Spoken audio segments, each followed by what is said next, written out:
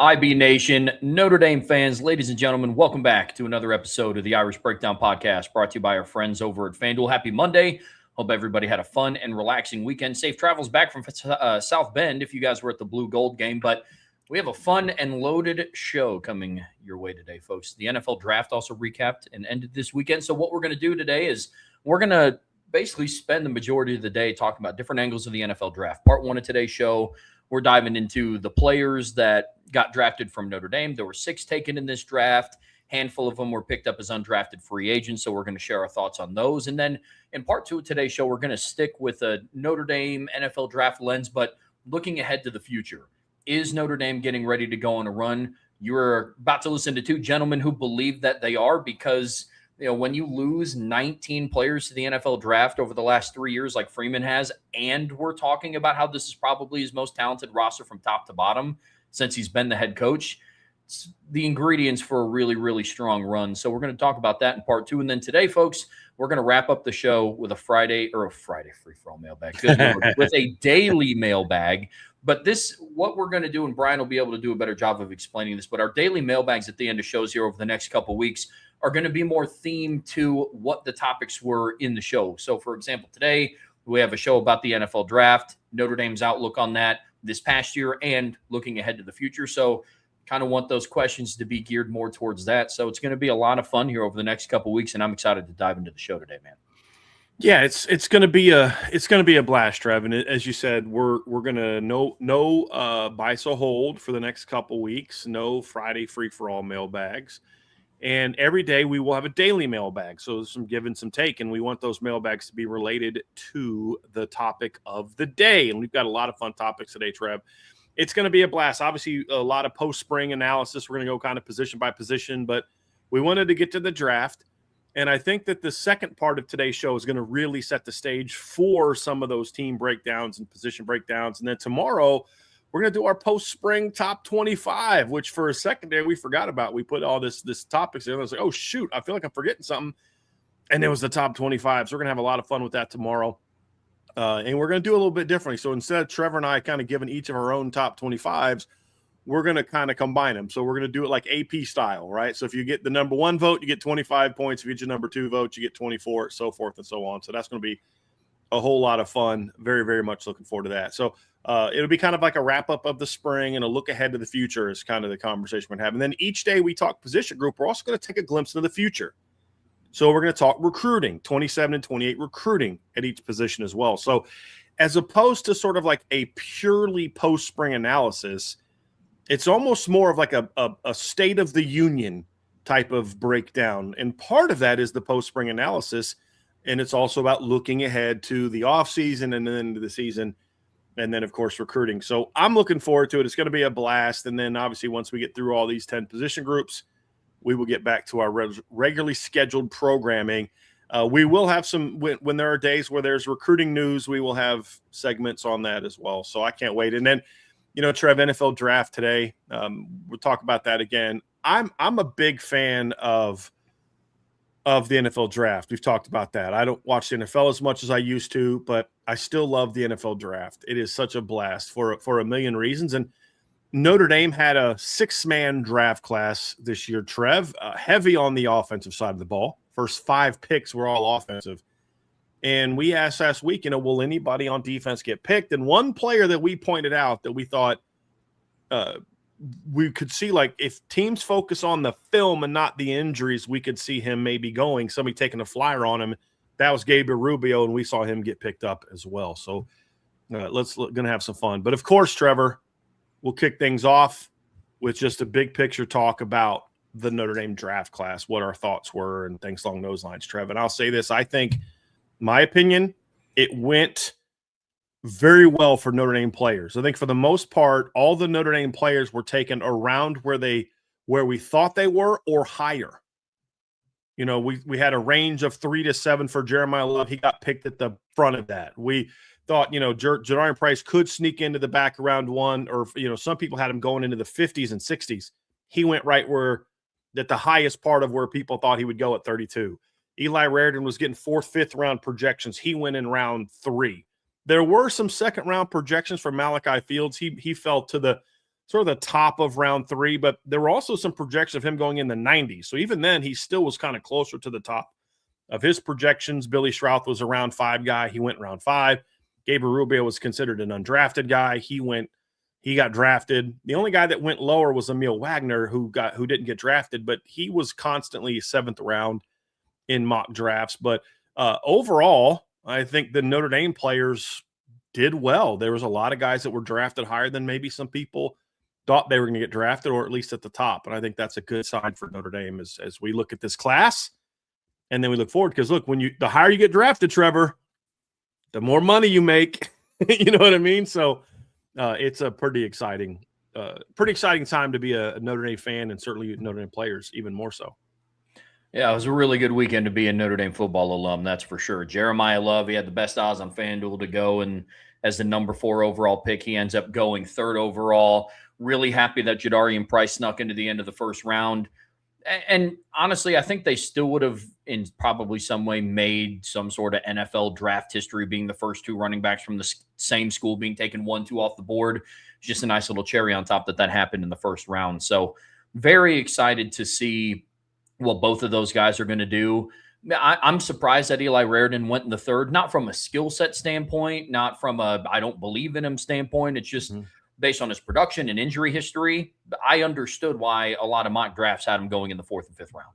I'm happy that he snuck up into the 4th. We talked about Malachi Fields being a day 2 guy. We were confident that was going to happen. Now, to varying degrees, right after the Senior Bowl, there were some where he was getting projected into the 1st round, but then obviously after the combine and the pro day, he started to fall a little bit. So we both knew it was going to be a day 2 pick. The question of when and where in day 2 was up for debate, but still happy he went. The surprise for me on draft day, there were a couple. I was not in the camp that was surprised that Emil Wagner didn't get drafted. It was one of those things that's like I could see it because of the character, because of the consistency, his availability, his leadership, who he is as a person. But as a football player, it didn't surprise me that he got drafted. But Gabe Rubio, not even going in the 7th, but going in the 6th round, I thought was really, really impressive. Really cool to talk about, because, again, there were a few outlets that talked about, sometimes in like the mock draft articles that come out, it's like, hey, here's some other guys to pay attention to. This is Will Pauling. This is Devontae Smith, who started at Bama. Not a whole lot of people like Gabe Rubio on their radar, but we talked about it in the show on Thursday. Look, man, there's a need for a 6'5", 320-pound interior defensive tackle somewhere in the NFL, and I'm glad he got taken. Yeah, and the thing about Gabriel, too, is he went before Caden Curry, who was an absolute stud for Ohio State this past season, which shows in a lot of ways the NFL draft is a lot about projection. I mean, it's about how do you translate to the next level. Caden Curry was a great NFL or great college football player, outstanding football player for Ohio State this past season. But unfortunately for him, it's like, okay, well, that's great, but can you really be that in the NFL when you're an undersized, player who's not super, super twitchy and athletic? And obviously that's something that hurt him a little bit. But, Gabriel's 6'5", 320. He does have all the measurables, and there is some good film. And I'll bet you a steak dinner, Trev, that the thing that put it over the top for Gabriel is when the scouts were watching the Georgia film from last year. I'll bet you a steak dinner that was the thing. Like, look, we get this kid a chance to get this kid to 6th round. That film right there, it tells you everything you need to know about what he can be, on top of, obviously, that's not the only film they watch. But I heard a lot of different scouts and listening on TV, that's the game they kept pointing to. Like, you want to know who Gabriel Rubio is, watch this game and watch what he did to the Georgia offensive line. And it's kind of like we talked about, they ticked him off early by just blowing him off the ball. And then he was like, like that woke him up, and the rest of the game, he was just dominating. And that's why, big reason why Notre Dame won the game is because the defensive line as a whole was dominant in that game, despite not having Riley Leonard, who was knocked out the game before. So it's going to be a lot of fun to see how these guys pan out. Trey, let's talk just a little bit about Jeremiah Love at the beginning of the draft.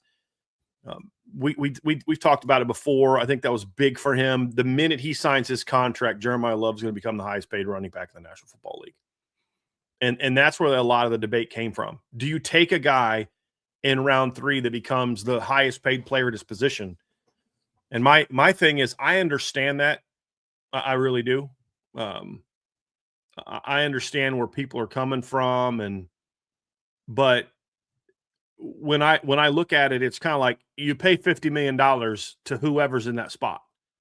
So do you want to take a guy that's more that there's a relative the money makes sense relative to other people in his position?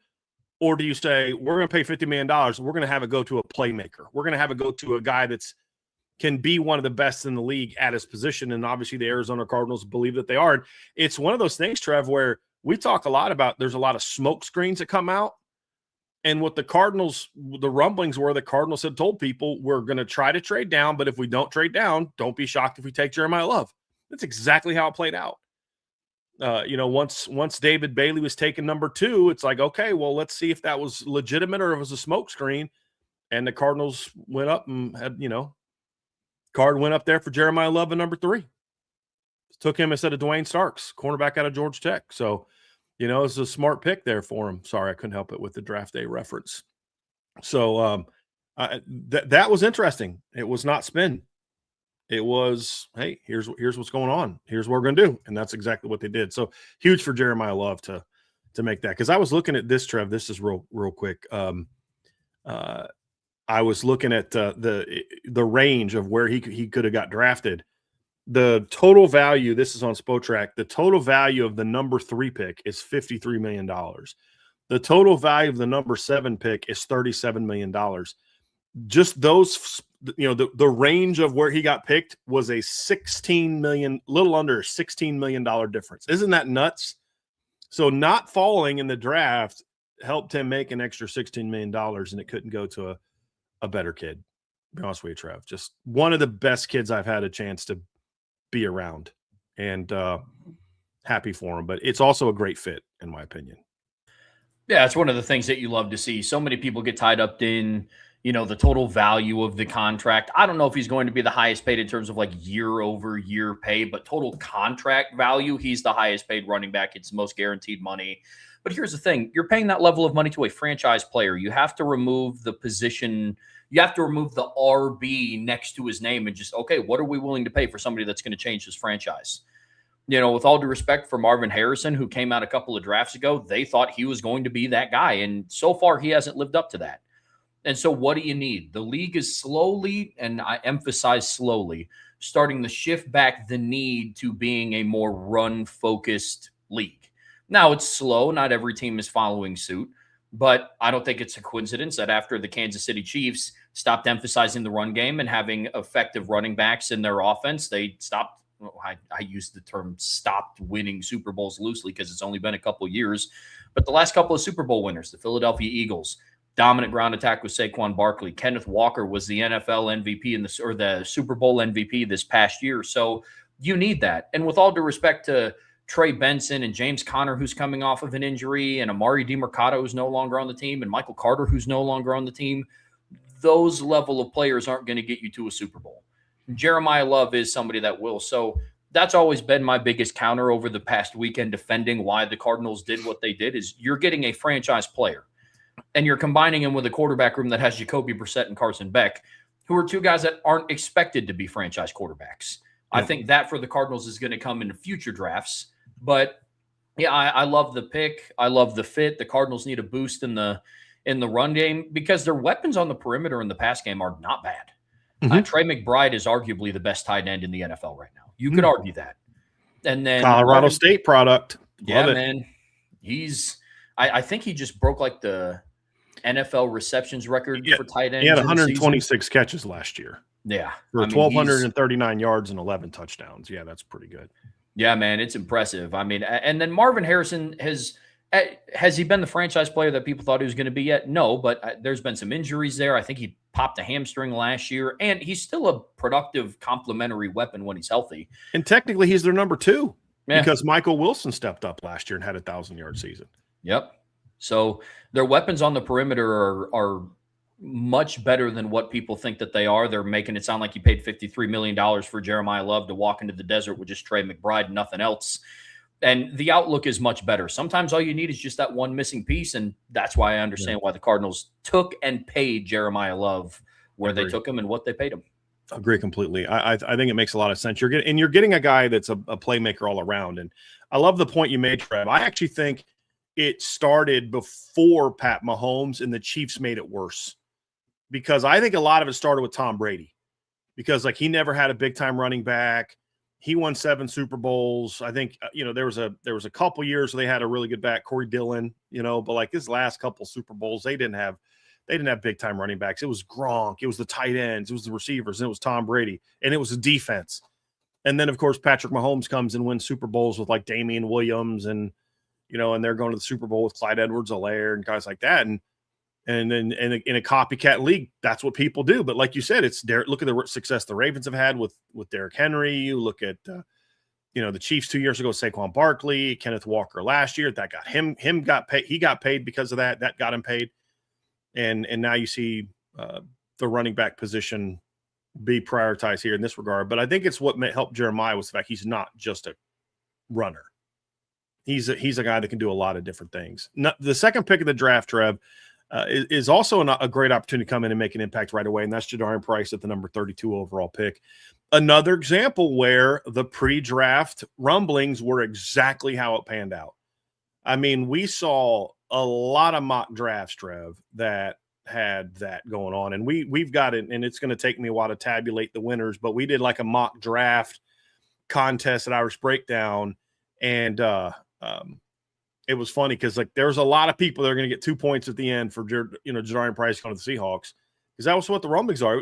Even like Brock Heward and the radio show he's on, they had Mike Denbrock on before the draft talking about Jadarian Price, and he goes to Seattle, and I think this is an absolutely great fit, Trev. Absolutely great fit for him, and a great fit for the Seahawks. Zach Charbonnet is coming off of an injury. He's a good back. I don't know that I would view him as a guy that is an elite back. I mean, last year in 16 games, he rushed for 730 yards as part of a 1-2 punch, 569 the year before that. I think that's kind of where you want Zach Charbonnet, is you want him to be kind of part of a 1-2 punch. I don't know that you're going to have someone like him, or even someone like Jadarian Price, as your number one Derrick Henry type of volume ball carrier. One thing that I think that people are going to be surprised by, Trevor, because like last year, real quick, Seahawks, you had Kenneth Walker had 1,027 yards in the regular season. Zach Charbonnet had 730. I think you're going to see the Seahawks continue to try to do that 1-2 punch in the backfield, and Jadarian knows how to do that. And I think that Jadarian is a guy that can do more with less, is going to help the cause there, because Zach Charbonnet is more of a volume guy, and that should help that a little bit, because they were only 35 carries apart last year. Zach Charbonnet played one fewer game, but Kenneth Walker had obviously better yards per carry. But I've seen a couple people say, I heard Mel Kiper, I think, said this, and he was very complimentary of Jadarian. I don't want to make it seem like Mel was ripping him, but he goes, he doesn't offer much value in the pass game, and he's definitely got to get better as a pass blocker. That's a big part of it for Jadarian. But I think Jadarian is going to surprise some people with what he can do in the pass game. I think he's going to be a lot more productive in the pass game than people think. And him not being more part of the pass game at Notre Dame had more to do with his pass pro, which again needs to get better. But it also had a lot to do with the fact that this year they had Jeremiah Love, and then last year Dylan McCullough was very adamant about, and I agree with this assessment, very adamant about, hey, we're going to use all of our talent. And I think we're going to see Jadarian be more effective in the pass game than people think. I think of like the Indiana game. He was crucial in the first half, catching those checkdowns and maximizing yardage. And then this year we saw him make some big plays in the pass game against Stanford, against Arkansas. So I think that's something that's going to surprise some people, that Jadarian brings a little bit more value to the pass game. The key for him, Trevor, is if he wants to show that, he's got to get better in pass pro. Because you can't put a guy on the field on third down who's a good pass catcher but can't pass pro. You're not going to free release all day. That's going to be the biggest part of his game that needs to get improved, along with holding on to the football. But the other traits clearly impress the Seahawks enough to make him a first-round pick. Well, and this is one where you start talking about the fit. The Seahawks entered this draft with house money. They entered it coming off of a Super Bowl win. They had one clear-cut need, and that was at running back. And they entered the 2026 draft with only 4 picks. Now, some trades were made. They were able to make some moves. They ended up picking 8 people overall. So shout out to their general manager for, making the necessary moves to get the acquisitions that they needed in this draft. But, the thing that I like about Jadarian Price, I agree with what you said about pass protection, but even last year, Zach Charbonnet was their predominant third down running back because of his abilities in pass protection, not for his abilities as a pass catcher. Because Kenneth Walker at 5'9" was not the premier ideal pass protector that you want in the backfield. But what Jadarian brings to them in that running back room in Seattle is a level of explosiveness that they didn't have last year. I mean, they had combined, Zach Charbonnet and Kenneth Walker had one run last year longer than 31 yards combined between the two of them. You're not going to have that problem with Jadarian Price in your back. I don't just think not. so, no. And we're talking about a team that won the Super Bowl. Yeah. So we're talking about like, okay, where are the areas that you can look to improve to make yourselves contenders again? Adding an explosive playmaker like that in Jadarian Price, both as a kick returner and obviously as a running back, I think are huge. So I love that pick and I love the fit. The thing about Jadarian too, Trev, is it's not just like people talk about the 4.49 speed. He's got such great vision and he's hard to tackle in space and he's stronger than people realize. But what I like about this combo is Kenneth Walker and Zach Charbonnet are running the same style, in my opinion. Like neither of them are like wiggle, make you miss kind of guys. I think Jadarian brings a little bit of a different skill set. Not a ton, but like it's not like, whoa, we've never seen anything like this before. This is so much different. It's just I think you're going to see a little bit of a different skill set between him and Zach Charbonnet moving forward. Next guy on the draft that got drafted for Notre Dame was Micah Fields. Malachi Fields, who was drafted by the New York Giants with 74th overall pick, I believe. Correct, Trev? This one is a one that makes a lot of sense, Trevor. When you look at the receiving core for the Giants, they obviously have Malik Neighbors, who's an absolute dude. They have Darius Slayton, the former Auburn wide receiver, who's an impact guy, averaged 14.5 yards per catch last year. Obviously, Malik Neighbors coming off of an injury, but he had a dynamic rookie season with over 100 catches. He'll be back and healthy this year. Daryl Mooney's another guy that they have. You look at Isaiah Hodgins is like, I think the one decent sized guy they have. He's 6'3", 200 pounds. He was a 6th-round draft pick back in 2020. He gives them some size. Daryl Mooney's 5'11". So they don't have a lot of size. Calvin Austin's a guy that had 31 catches last year for the Steelers that they signed in the offseason. But he's 5'9". So they don't have that kind of big target. They have Isaiah Likely at tight end, but he's 6'4", 241. He's not exactly like a big weapon. I think you look at John Harbaugh wanting to get that big physical downfield, can win contested catches, can block and do all those kind of things. It makes a lot of sense to add a guy like Malachi Fields into your receiver room. And I think he's going to a place where you're not asking him to be the dude. You're asking him to we want you to be you. Your game is why we drafted you. I think this is a great fit for Malachi Fields. Yeah, 100%. I mean, anymore, and you guys know what my thoughts are about we've had multiple conversations about the stature of a wide receiver and their height and what effectiveness that leads them to have at the next level. But predominantly, especially something that we've seen over the last couple of seasons, is big-bodied receivers play more of a complement within offenses. And when you take a guy in the 3rd round, you're not expecting him to come in and change the landscape of your wide receiver room. You're not expecting him to come in and be the guy, to Brian's point. I love this compliment. It gives Jackson Dart a big-bodied, sure-handed weapon in the boundary while Malik Neighbors works his way back from an ACL injury. So I'm very excited to see what Malachi Fields does in New York. I think it's a good fit for him. They're going to be focused on the ground, so I'm interested to see what he does there. But not surprised he went in day 2, going to a good fit, and with their lack of overall production as well at tight end, like they have some players. I don't want to make it sound like their tight end room is like bare. But when we're talking about a team whose tight end room is Isaiah Likely, who they just picked up from the Ravens, Theo Johnson, and Chris Manhertz, you kind of need that big-bodied wide receiver to go along with Darnell Mooney, Darius Slayton, and Malik Neighbors. I love the fit. I really do. Yeah, agree. And Theo Johnson's a guy that I actually like. He had a nice year last year for the Giants. He had 45 catches, 528 yards. But now you've got that guy that's outside that gives you some size and makes for a little bit of a tougher matchup. So while these other teams are going 13 personnel, you can do the same things out of 12 personnel or even 11 personnel with him kind of doing some different aspects that you're going to get out of that, but you're getting a more dynamic athlete. And it's an interesting pick. The other third round pick, Trevor, is one that I absolutely love. And that is Hunter Henry. That is Eli Raridan going to the New England Patriots in the third round. This was higher than most people had him.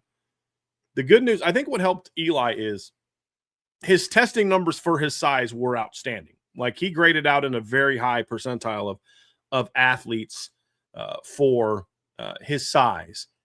The fact that he did have the 2 knee injuries, but they were high school, and then kind of he re-injures the high school one as a freshman, then hurts the other knee as a sophomore. But he's been clean the last 2 years, Trev. And from what I gathered, there were no like red flags about, is this a deterioration issue, right? Is this degenerative kind of issue, like what happened with the McCoy kid from at cornerback for Tennessee, right? There's concerns about this is a degenerative issue, and obviously that wasn't a problem for Eli. And I think the Patriots just kind of looked at him in kind of the way that you and I do, Trevor, which is this is a kid whose best football is ahead of him. And Eli Raridan is far from the finished product. And the question is going to be, how bad does Eli want it? But you combine him with a guy like Hunter Henry, who in my opinion is kind of like he is the modern tight end, the 6'5" route runner, pass catcher. You're going to bring in a guy like Eli Raridan, who's over 6'6". He'll be over 250 pounds.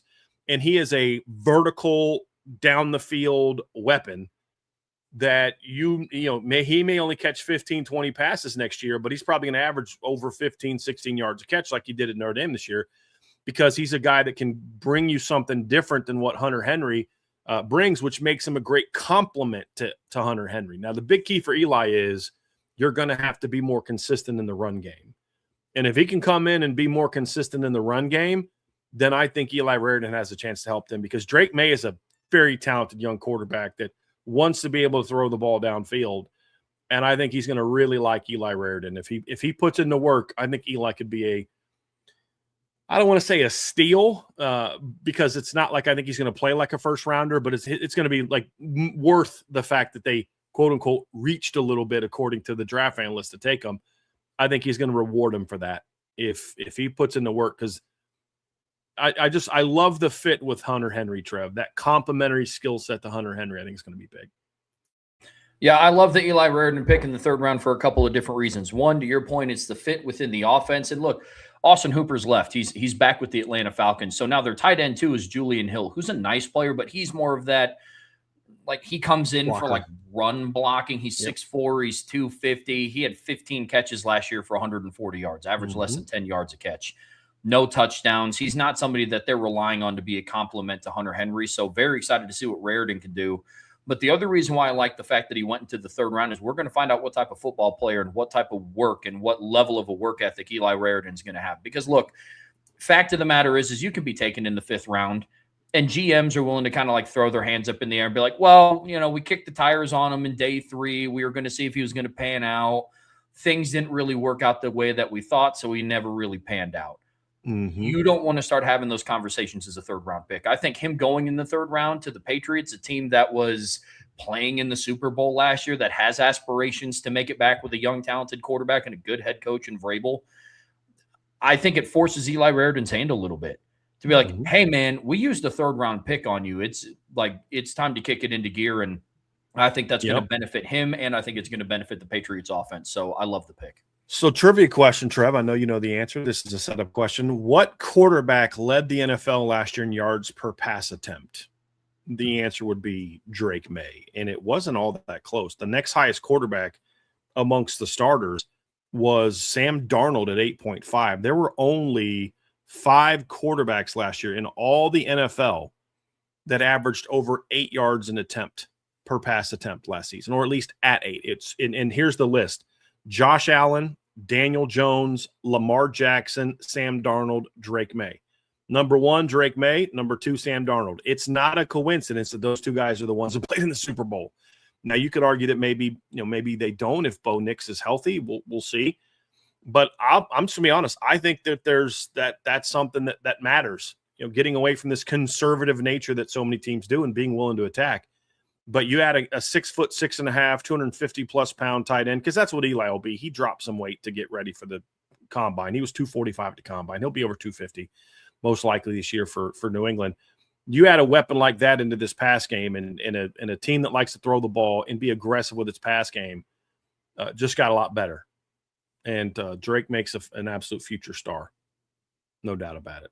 We saw that firsthand in 2022 when he kind of put that team. The only reason that game was even close early on was Drake May just making some crazy plays in that game.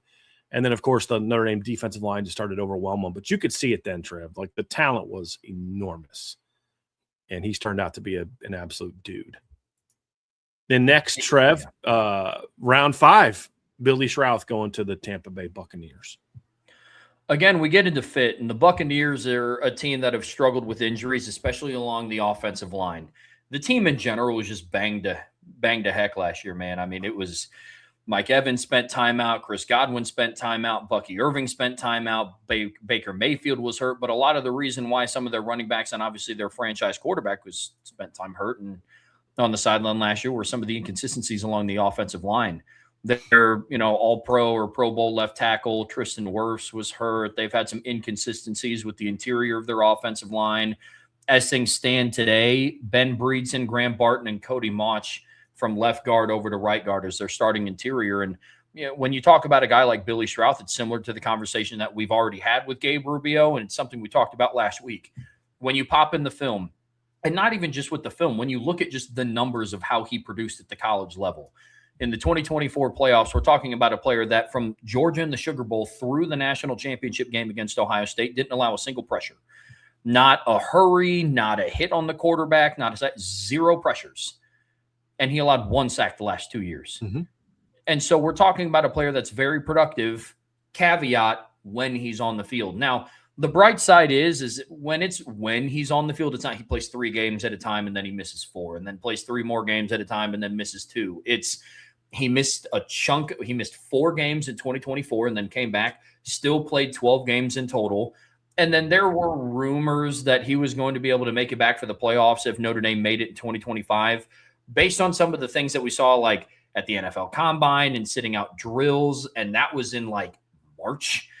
I don't know if he was going to be ready to play in December. That thought's neither here nor there. What we do know is that Billy Schrauth is going down to Tampa. And there have been Notre Dame offensive linemen before in the past that have played along the interior in Tampa Bay and had a lot of success. Robert Hainsey, he played center with the Tom Brady team that won the Super Bowl with Tampa Bay. So, I'm excited to see where Billy Schrauth goes. I think he provides some positional flexibility. I think he can play left guard. I think he can play right guard. We saw him do both at Notre Dame. And I also think if push came to shove, they could try him out at center as well. I think he has that ability. So I'm interested to see where he fits right now. Just because the draft ended, he's floating around the 3 deep as a 3rd string left guard. But I don't think it'll take too long in camp, especially a healthy camp where he starts moving his way up a little bit. That's going to be a big key. You got 2 guards that are questionable, 27 years old, 28 years old. They're not exactly old. They're guys that are young, but they've had their fair share of injury issues as well. So I think Billy in round 5 is drafted for depth. And then if he can prove himself to stay healthy, I think he's going to he's a guy that could end up being a steal in round 5 because he's a day 2 draft pick if he's healthy. If he doesn't have the injury, the only injury he had was in 2024 and he was able to stay healthy all this year, I don't think he gets out of the 3rd round. I really don't, especially when those offensive line runs started to happen.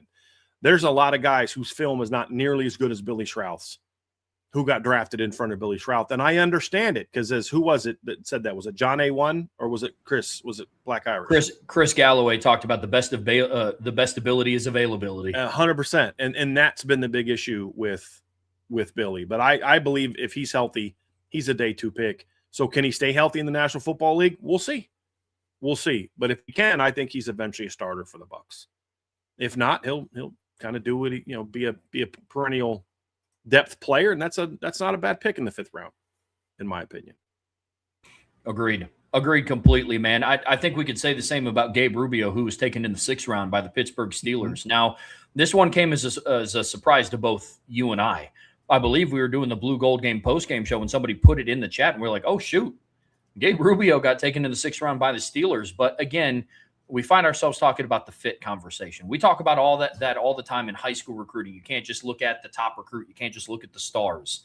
You could argue that there were better players available in the 6th round on paper than what Gabe Rubio brought to the Pittsburgh Steelers in the 6th round. But I love the fit for a couple of reasons. One, their interior defensive line is getting a little bit older. Cam Hayward, kind of their crown jewel defensive tackle, I think. Yeah, he's 36 years old. So he's coming back and for one more year, but you give Gabe Rubio a chance to learn behind somebody like Cam Hayward. He becomes a rotational piece. And since he was taken in the 6th round, there's no pressure on Gabe Rubio to be like, all right, man, we took a day 2 flyer on you because we bet on your upside and we saw what you did to Tate Ratledge, in the Georgia game in the Sugar Bowl a couple years ago. We basically need you to do that all the time now at the next level. This is one where it's just it's kind of a net positive no matter what. On either side of the coin. On one hand, it's like, hey, we kicked the tires on somebody that we think has good upside, but we have yet to see him stay healthy. Or the other conversation is, dude, we got somebody that is a quality defensive tackle rotational piece in the 6th round for almost nothing. And so that's what I like that Gabe Rubio brings to them. He's good size, obviously 6'5", 320 pounds. So on paper, he's relatively similar to Cam Hayward. Cam Hayward's 6'5", 295. So he's a little bit bigger than him as far as weight goes. But I like the fit. Pittsburgh's been known for having a stout defensive line, and I think they're getting a strong pairing with Cam Hayward on the interior, man. Now, I haven't read, Trev, if specifically where they said they're going to play him. Have they talked about because I could see a world in which you value him as potentially playing that 4-5 technique in the 3-4 defense, but also a guy that can play over the ball because of his size and ability to just be powerful at the point of attack. So I'd be curious to see if they view him as just one, or do they view him as a potential swing guy? Because I think their starting nose is like 6'4", 309. Their backup nose is like 6'5", 330. So I could see him maybe being a guy that they're saying, hey, we think he could play maybe both of these, at least early on, see where he fits best. But I love the point you're making. You got a guy that, in my opinion, is about a 3rd or 4th round draft pick. And there's a coach at Notre Dame who I talked to that was like, he's been around some NFL defensive linemen in his career. And he made the comment to me 2 weeks ago. He's like, if Gabriel was healthy, like there's a lot of NFL teams that like Gabriel's film, a lot of them. And we loved this film when he was healthy. The problem is he just couldn't stay healthy. So even when he would play, sometimes he wasn't healthy, which is why his play was a little inconsistent. But like the thought was like, his thought was, I won't be surprised if maybe he gets picked because teams love the film. It's just the dependability. So I think if he was healthy the last couple of years, you might have seen a guy that got picked in the 4th round. Because like you said, Trev, the film is good. When Gabriel was healthy, the film was really good. And I'm happy for him. He's had to overcome a lot. Some of it not his choice, some of it sort of on him. But was always a kid that I liked. Just like it was funny. Him and Jason Onye are best friends. And so Angela would be at practices shooting photos. And they'd see her shooting photos of them, and they'd stop and they'd like pose for it. Was hilarious. Now she wasn't asking them to. That's just kind of funny, lighthearted kids that they are. So it was good to see Gabriel get some success. And I think the NFL a little bit bet on the DNA also because his dad also played in the NFL.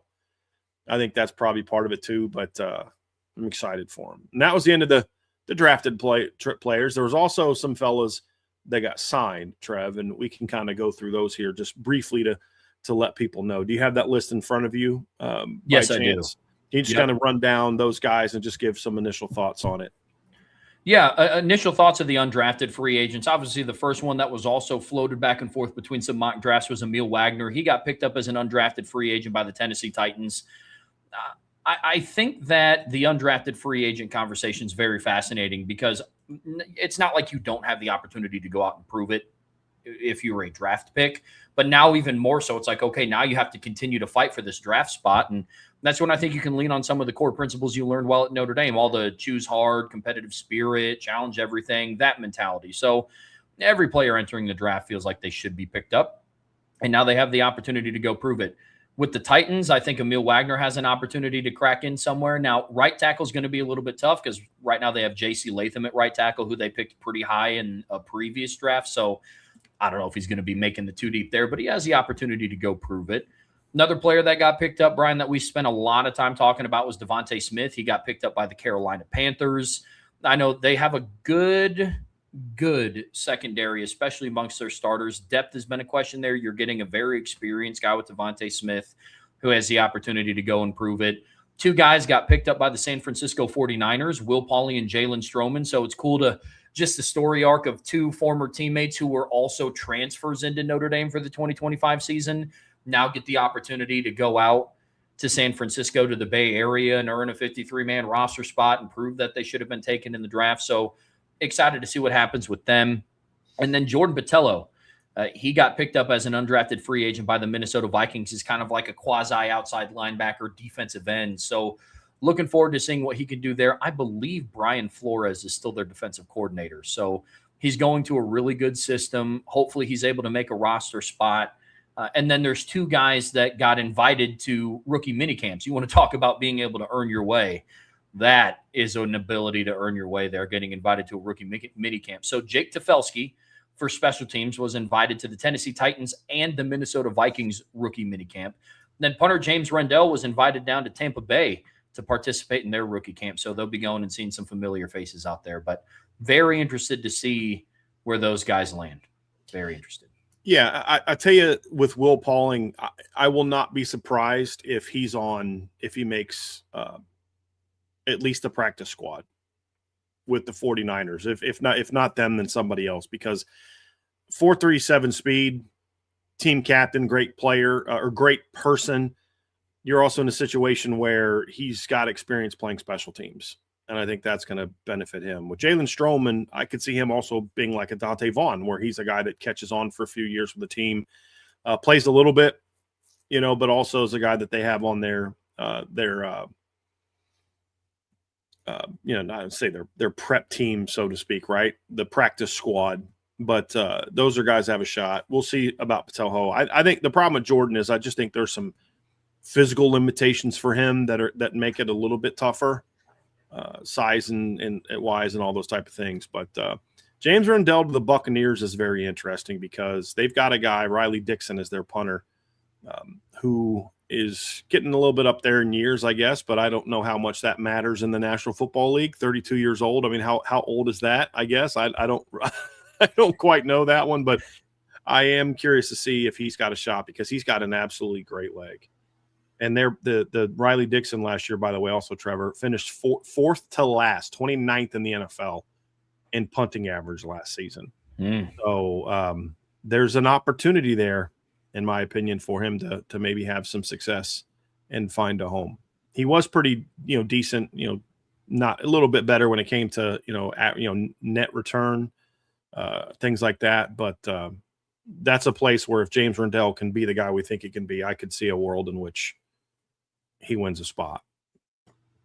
Out of all the guys that we talked about, there were a couple that we were surprised as we wrap up this segment that weren't picked up as undrafted free agents or even invited to a rookie camp. And first guy's Jared Dawson. We're talking about so far. We're talking about a guy who has multi-years of production at the collegiate level, the P4 collegiate level, one at Louisville with the Cardinals in 2023, and then, in 2024, and then with Notre Dame, obviously, in 2025. He's somebody, and I know we can get into the stature debate, but there's been some good players on the interior. Not every defensive tackle in the NFL is 6'4", 315 pounds. I mean, and I'm not just talking about Aaron Donald. Poona Ford is like 5'11". Mm-hmm. So there's guys that have proven that they can be productive at the next level without being just this mountain of a person. I'm hoping Jared Dawson gets a look somewhere, and then obviously Junior Tuihalamaka, more so for special teams purposes, but you're talking about a kid with high character, a high-quality motor. I would have thought that he would have gotten invited and hopefully will get invited somewhere as well, but interested to see what happens with those two guys, man. Very interested. Yeah, I hope they're able to get a spot. Junior Tuihalamaka just is one of those kind of kids that's easy to root for. Oh, yeah. And, and look, this is the second year in a row where you're seeing a Notre Dame transfer walk-on, get a shot at the NFL. Max Hurleman got that shot and played last year was he Steelers? Are they who? I think Steelers, yeah. Yeah. And then so Jake Tefelsky is one of those kids that came to Notre Dame knowing his job was to be a member of the depth chart rotation, but his job is to come in and play special teams, and he's a lot more athletic than people realize. And so I'm very happy for him that he's going to get that opportunity. Transfers from Central Michigan, he comes in as a walk-on. I'm just really rooting for him. But the funny thing, the reason I'm bringing him up is because I didn't know you could get invited by multiple teams. I had no idea. And so to see him he's got 2 different invites, it was a little bit surprising, but he's a kid that the 40 time was not great. He ran a 4.68, but he had a 41-inch vertical and ran a 6.91 in a 3 cone, which is very good. So he may not be like a burner, but he's a good sized kid and he's explosive athletically. And so I'm not surprised he's getting that shot, but he's getting that shot for one reason and one reason only. Can you play special teams?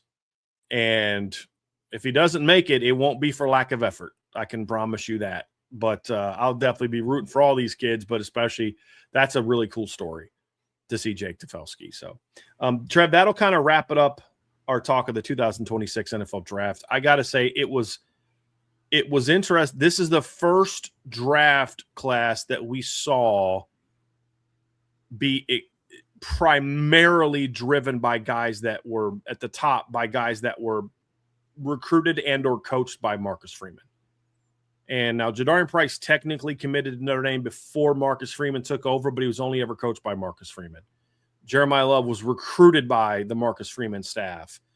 Malachi Fields was a guy that obviously was a guy they went out in the portal and got this past season. Eli Raridan was technically recruited before Marcus Freeman, but only ever played for Marcus Freeman. Gabriel Rubio is a bit older. Billy Schrauth did not commit to Notre Dame until after Brian Kelly was gone. And so you're starting to see more of the Marcus Freeman influence. And I think that's why I was encouraged to see the fact that guys by and large either went higher than expected or at the top of the range that people had for them. And I have a feeling that's going to continue. So congrats to all the 2026 draftees and players that signed. And they start this weekend, Trev. Those rookie mini camps, training camps, some of them start this weekend. So they're going to get right to it. So good luck to the boys over the next couple of weeks. And somebody asked if Pat Coogan got drafted. I'll just throw that out there too. He did get drafted, which was really cool. Was very happy for him. And I think there was wasn't there another former transfer that got picked up? But I know some others that got, like Caleb Offord. Do you remember him at cornerback? Yeah. He got signed as I forget who signed it, but he got signed. And then Aiden Kanaana got signed by the Lions. So that was another guy that was a transfer that had some success. So happy for those guys as well. Brian, up next on the Irish Breakdown podcast, brought to you by our friends over at FanDuel. We're still talking the NFL draft. We just recapped the players that were just taken in the 2026 draft. 6 Notre Dame guys, handful of others got picked up as undrafted free agents. Couple others are getting the opportunity in rookie minicamps. Then in the case of Jake Tefelsky, multiple opportunities at 2 different rookie minicamps. But now we're going to start looking ahead. We get a lot of questions and a lot of buy-sell holds about what could this draft class look like. Could CJ go at this spot? Could Leonard Moore go at this spot? So we figured now that spring practice has come to a conclusion and the NFL draft has now came to a conclusion, we can look ahead and start having a little bit of fun and projecting about what Notre Dame has the ability to do moving forward. And you and I are both people that believe that Notre Dame's about to go on a run here in the next couple of NFL drafts. Yeah, it's certainly setting up to be that way, Trev. And as you kind of look at what Notre Dame is positioned to do, you and I were talking about this and we were kind of prepping for the show and thinking about, like we're doing mock drafts. We're looking at mock drafts. And I don't know how much value I put in 2027 mock drafts. They're more for entertainment purposes. But as we started to look at it, Trevor, I counted today. And when I say reputable mock drafts, I'm simply talking about people that are connected in some ways, form, or fashion to a website or whatever. So there's a USA Today, the one that came out. There's been CBS Sports. There's, for the different draft sites, there's the Walter Football ones, and which are, but I counted, there are 7 different Notre Dame players that have been mocked to go in the NFL draft. And I've seen 4 of them have been mocked to go in the top 15 that I've seen. The 7 players that I've seen mocked into the first round, Trevor, are CJ Carr, Anthony Knapp, Boubacar Traore, Kingston Viliama-Asa, Leonard Moore, DJ McKinney, and Tay Johnson. And it wasn't a mock draft, but Sporting News released their top 50 NFL draft prospects on it. There were 5 Notre Dame players, which was tied with Texas for the most. They had Drake Bowen number 27.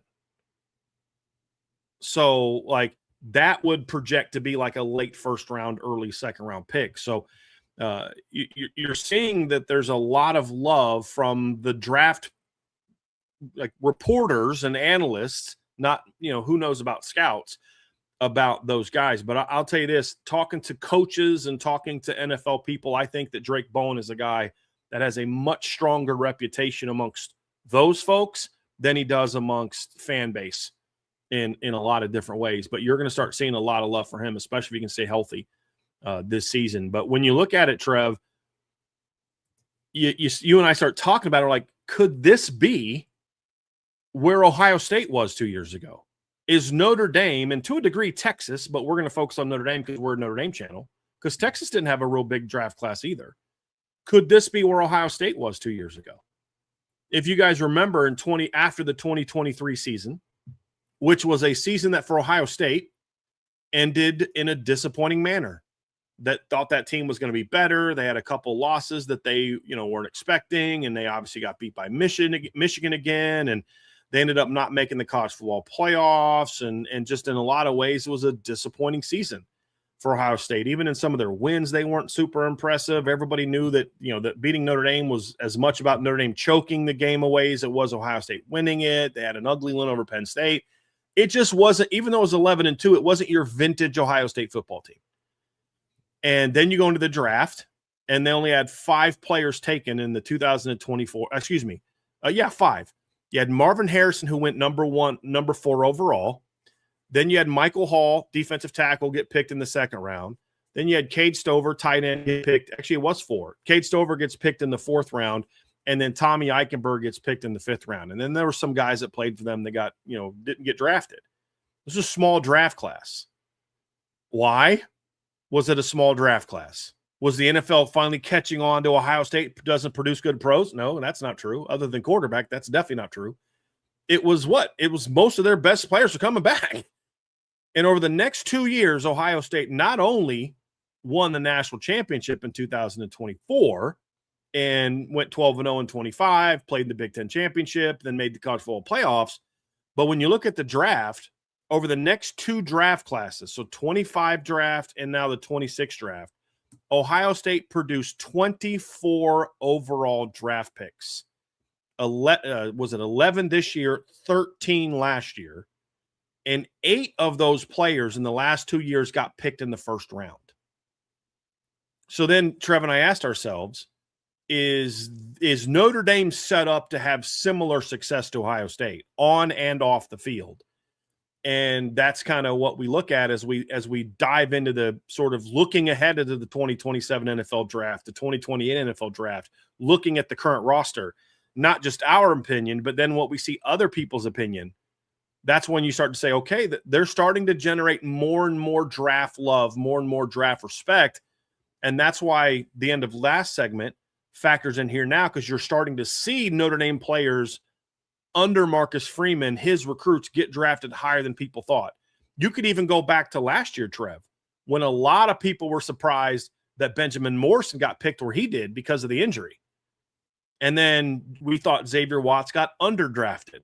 Well, then look what Xavier Watts does. He goes and he's an all-rookie player. He leads all rookies in this year in interceptions, and he's a finalist for the Rookie of the Year. So you're starting to see not just, okay, we respect what Freeman's doing, but then his players are going to the NFL and performing. Riley Mills misses most of the year, comes back and gets a big sack in the Super Bowl. And not like late in the game when it was in doubt, early in the game makes a big play. Another Notre Dame player has an interception in the Super Bowl. So you're starting to see Notre Dame's players go to the NFL and succeed. And so how does that impact them over the next couple of years, on top of the fact that they're just very talented? The talent level is higher than it was then as well. And that's what makes it fun. Of course, step one, Trev, is winning a title, because even in the case of Indiana, winning a title is going to help.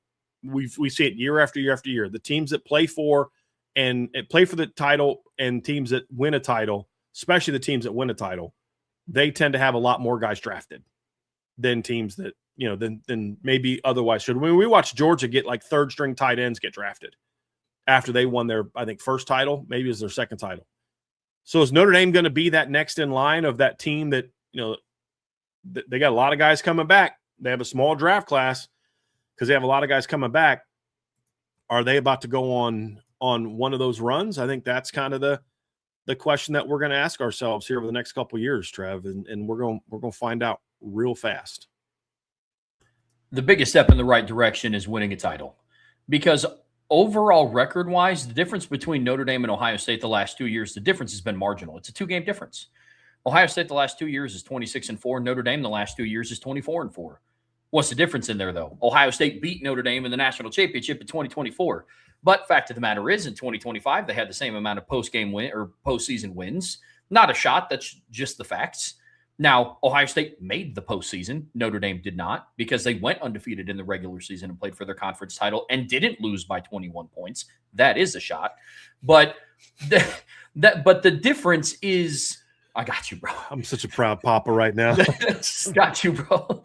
But the difference is marginal. But when you go and you look at what Notre Dame players have done at the next level, I agree with everything you're saying. It's what Riley Mills did in the Super Bowl. It's what Julian Love did in the Super Bowl. It's also Xavier Watts leading all NFL rookies in interceptions and was top 10 in the league, I believe, overall in just interceptions for the entire season. You're starting to see skilled players coming to light a little bit more for Notre Dame, because that was one of the knocks. One of the things that will go against a team, in a college team in the NFL draft, is lack of production from skilled. There's no questions about offensive linemen.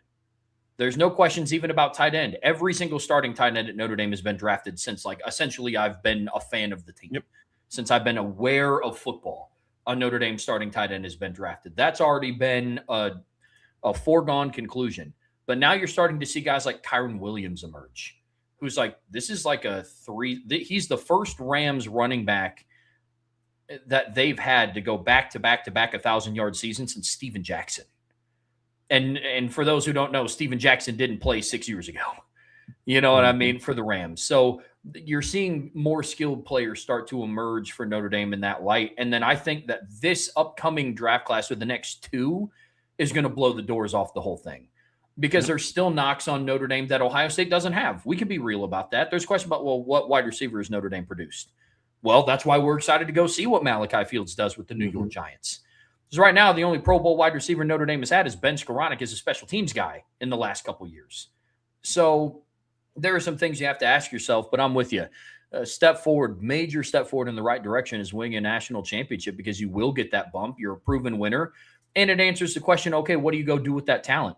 There's some evaluators agree with it or disagree with it that will look at it. It's yeah, well, you were talented on paper, but what did you go out and do with it?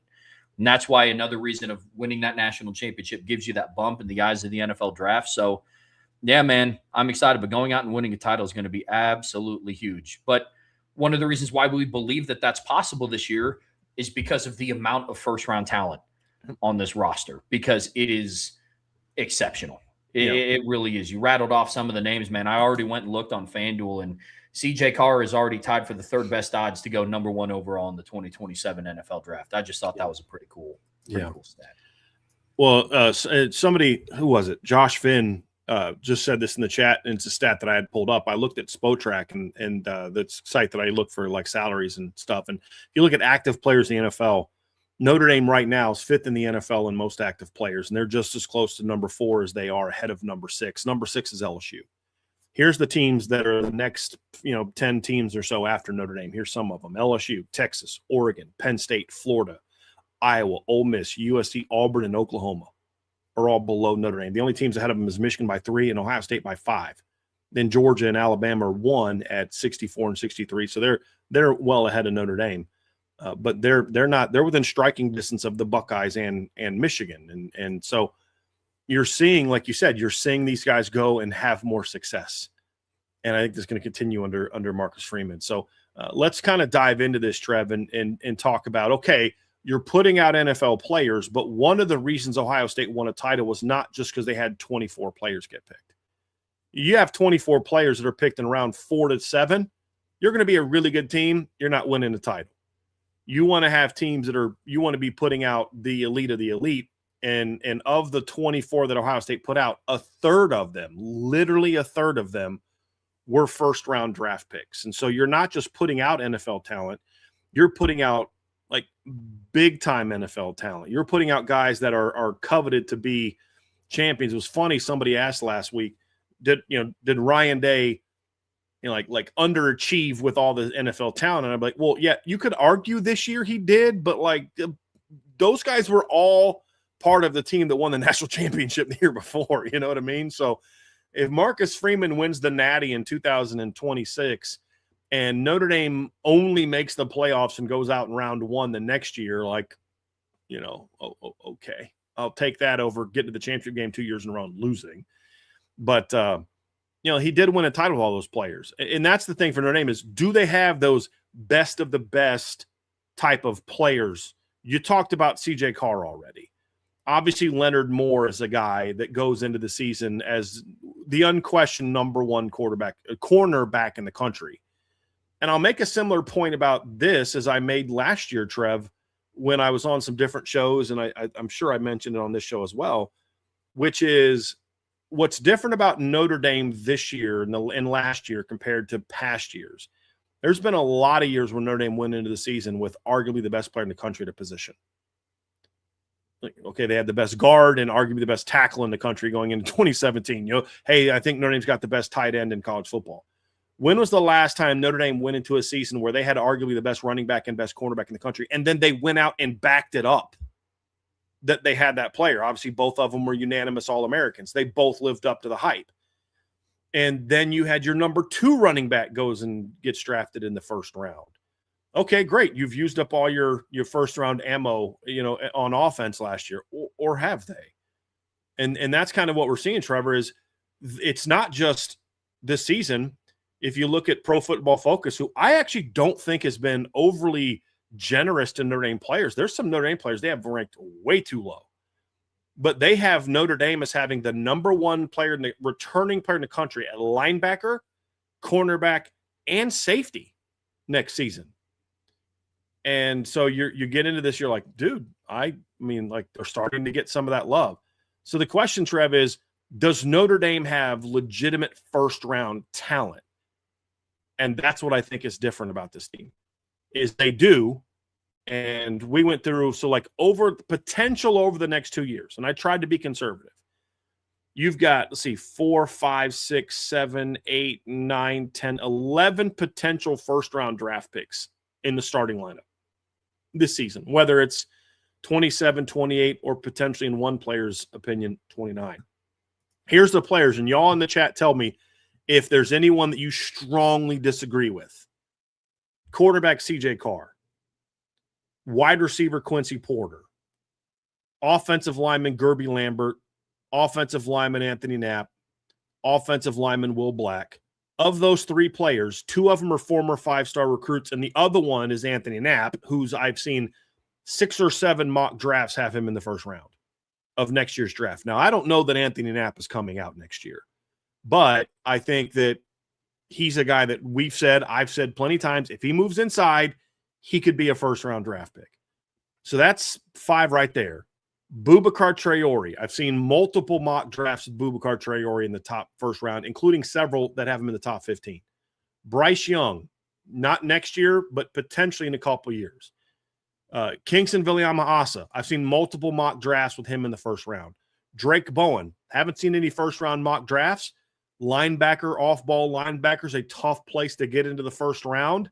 But there's a world in which he's the best off-ball linebacker going into next year's draft. And then if he tests well, that's how you jump into the first round.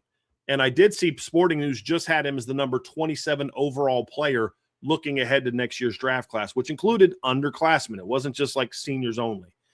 Leonard Moore, it's a no-brainer, and Tay Johnson, I've also seen multiple mock drafts with him in the first round.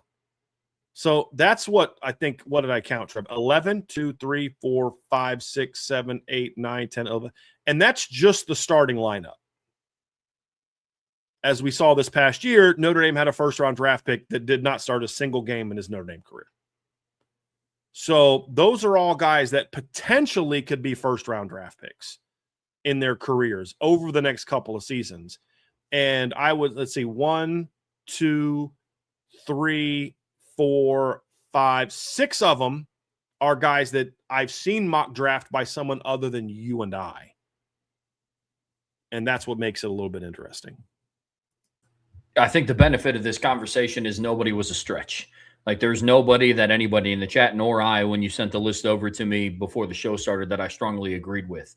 We can nitpick, and I'm sure you would also nitpick some of that list of, like, to your point about Drake Bowen. It's like, will he go in the first, tail end of the first? How does he test? Like, there's conversations around, like, Quincy Porter. I believe he's a first-round talent, but we can get into He's got 4 career catches. Yeah, you know, but as far as talent goes and looking at the roster, those all are definitely guys that could go in the first round. I'm with you completely. Do I think Drake Bowen's going to be a first-round draft pick? Probably not, because you just don't see off-ball linebackers get taken in the first round as much unless they're guys that bring something else to the table or are freaky athletes like we saw with Sonny Styles this past year.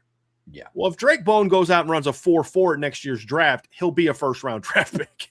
You know what I mean? But, like, I just watched C.J. Allen go in round 2, and he's a stud. You know, so that's not so much that I don't think he's a first-round talent. It's more so about how I just look at the NFL and say, hey, that's not a position that you normally see that. You know, like the number 1 overall draft pick as far as off-ball linebackers this year, Sonny Styles. Now, you could count Arvell Reese, but he wasn't drafted to just be an off-ball linebacker.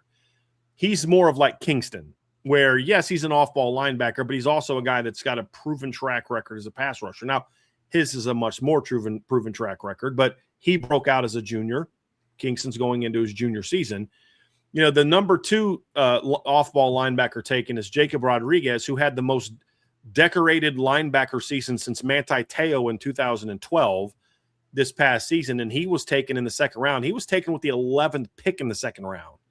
Josiah Trotter got taken in the second round. Jake Golday was taken in the second round. C.J. Allen, who was an absolute stud, was taken in the second round.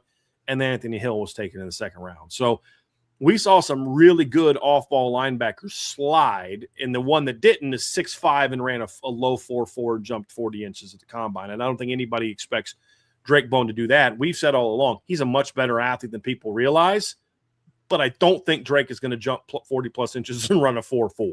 Nah. You know, nor do I expect really any off-ball linebackers to do that. That's what made what Sonny Styles did so rare and unique, is that it just doesn't happen very often. So, but still, that's a first-round grade type of athlete that falls to round 2 because of the positional value. That doesn't take away from the impact he could have in college. But here's the other thing too, Trev. You know who I didn't list on that? I didn't list DJ McKinney on that list, because I haven't seen him in a Notre Dame uniform yet. But we've seen him get mocked in the first round by other draft analysts, not us. So I didn't even include DJ McKinney. I didn't include any backups. Somebody asked real quick what an off-ball linebacker is. An off-ball linebacker is just your typical linebacker, but it's kind of draft talk for, is it like an outside linebacker that lines up off the edge? So like a 3-4 outside linebacker, or a guy that comes down and rushes the quarterback, or is it a guy that lines up in a traditional off-the-ball alignment? That's all that means. So it's essentially the difference between, you know, Darius Fleming and Manti Te'o. Darius Fleming was considered an outside linebacker, but he was an edge guy, whereas Manti lined up and played middle linebacker. So that's all that means. So sorry about that. But yeah, that kind of explains that. But that's kind of the question. I didn't even include DJ McKinney. I didn't include some of the young 5-star freshmen that we could make a case for, like Rodney Dunham, because it's too early for those guys. I'm just looking at starters. And I even got a little bit loose with the term starters because I put Kingston Viliama-Haas in there, who doesn't start for Notre Dame, but I kind of count him and Jaden Alsbury and Drake Bowen, like they're all starters because they play starter minutes, and he's also a starter in their sub packages. But I mean, those are 11 guys right there, and I didn't include a guy that other people mock as a first-round draft pick in DJ McKinney. Then you start talking about overall draft picks. Here's the list of guys that I could see getting drafted over the next 2 years. These are just next 2 years, guys that are draft eligible for 27 or 28. Aeneas Williams, Jordan Faison, Mylan Graham, Jaden Greathouse, Cooper Flanagan, Ashton Craig, Sullivan Absher, Keon Keeley, Jason Onye, Francis Brew, Tion Gray, Jaden Alsbury, Jalen Sneed, Christian Gray, Adon Schuler, Luke Talich. Don't sleep on Luke Talich testing well and getting drafted in the second on day 3 as well. And then DJ McKinney. And I didn't even include some other guys who'd be draft eligible that have played. I didn't include like Jaden Sanders. I didn't include, Keidron Young. There's guys who've not. These are just guys that have played meaningful downs. There's other guys I could have included who have the talent to do that, but I'm not going there yet. So that's the thing, Trev, as you look at this roster and you say, man, like I'm trying to talk myself off this ledge a little bit of just jumping off into full, like I'm taking a headfirst dive into a pool full of Kool-Aid. You know what I mean? But like, and I'm trying to be reserved. And I'm like, dude, I watch NFL draft. I watch the highlights. I'm like, oh, I know that guy. I think the guys that Notre Dame has are just good or whatever the case may be. And so you look at it and then you start talking to what other people say. And I don't think I'm reaching here to say all those guys are potential draft picks. Now, there's a lot. Cooper Flanagan's got to prove he can catch the football. Jaden Greathouse got to prove he can stay healthy. What's the feedback going to be on Ashton Craig's injury? And there's all those type of things. But it's not a stretch to say those are all draftable players that are currently in the Notre Dame 2 deep who will be draft eligible the next couple of years. And again, I was conservative. I didn't include Micah Gilbert. I didn't include Cam Williams if he breaks out. I didn't include Elijah Burris if he breaks out. I didn't include Keidron Young. I didn't include, Jaden Sanders. I didn't include Dallas Golden. I didn't include Mark Zachary. All guys that could be draft eligible in a couple of years. I went with just guys we've seen them play a lot of football. And that's a big group, Trevor. A very, very big group. I didn't include Charles Jagasol on that list. I saw a mock draft that came out 2 weeks ago that had Charles Jagasol in the first round. Now, A, bro, you didn't do your homework. But B, if he comes out and he's healthy this year and plays, and then 2027 is healthy and plays all year, it won't shock me if Charles Jagasol gets drafted because the injury he's had the last couple of years are not debilitating knee injuries or back injuries. They're things that if he can prove that he's healthy from those are not necessarily long-term issues. Now, I think they could be long-term issues, but if they are, they'll prevent him from playing like we're capable of. But if he comes back and plays like he's capable of, it means those things are not long-term injuries. And that's where you could even add him. But I'm not even adding him to this conversation just yet. Here's the reality of the conversation that we are having. You just listed off 28 players on being on more of the conservative side. 11 of those 28 guys have first-round potential. And it wouldn't shock me if some of the other remaining 16 guys that you listed off, 17 guys that you listed off, slide up into the first round. Like, with all due respect, I watched Carnell Tate go number 4 overall. It would not shock me if somebody took a flyer on Mylan Graham at the end of the first round. If he dominates the next 2 years, and has a great season. It wouldn't surprise me if that were to happen. If Keon Keeley comes out in 25 or 26, dominates, returns in 27, dominates, I could see him sneaking into the end of the first round. So to your point, like you said, it's a conservative look. But all of these Armel Mookum, exactly. He's one. Christopher Burgess is one. Like, I didn't even mention those guys, Trev. I didn't mention Madden Faramo. Like, there's a lot of guys that I didn't even mention who could easily jump into this list.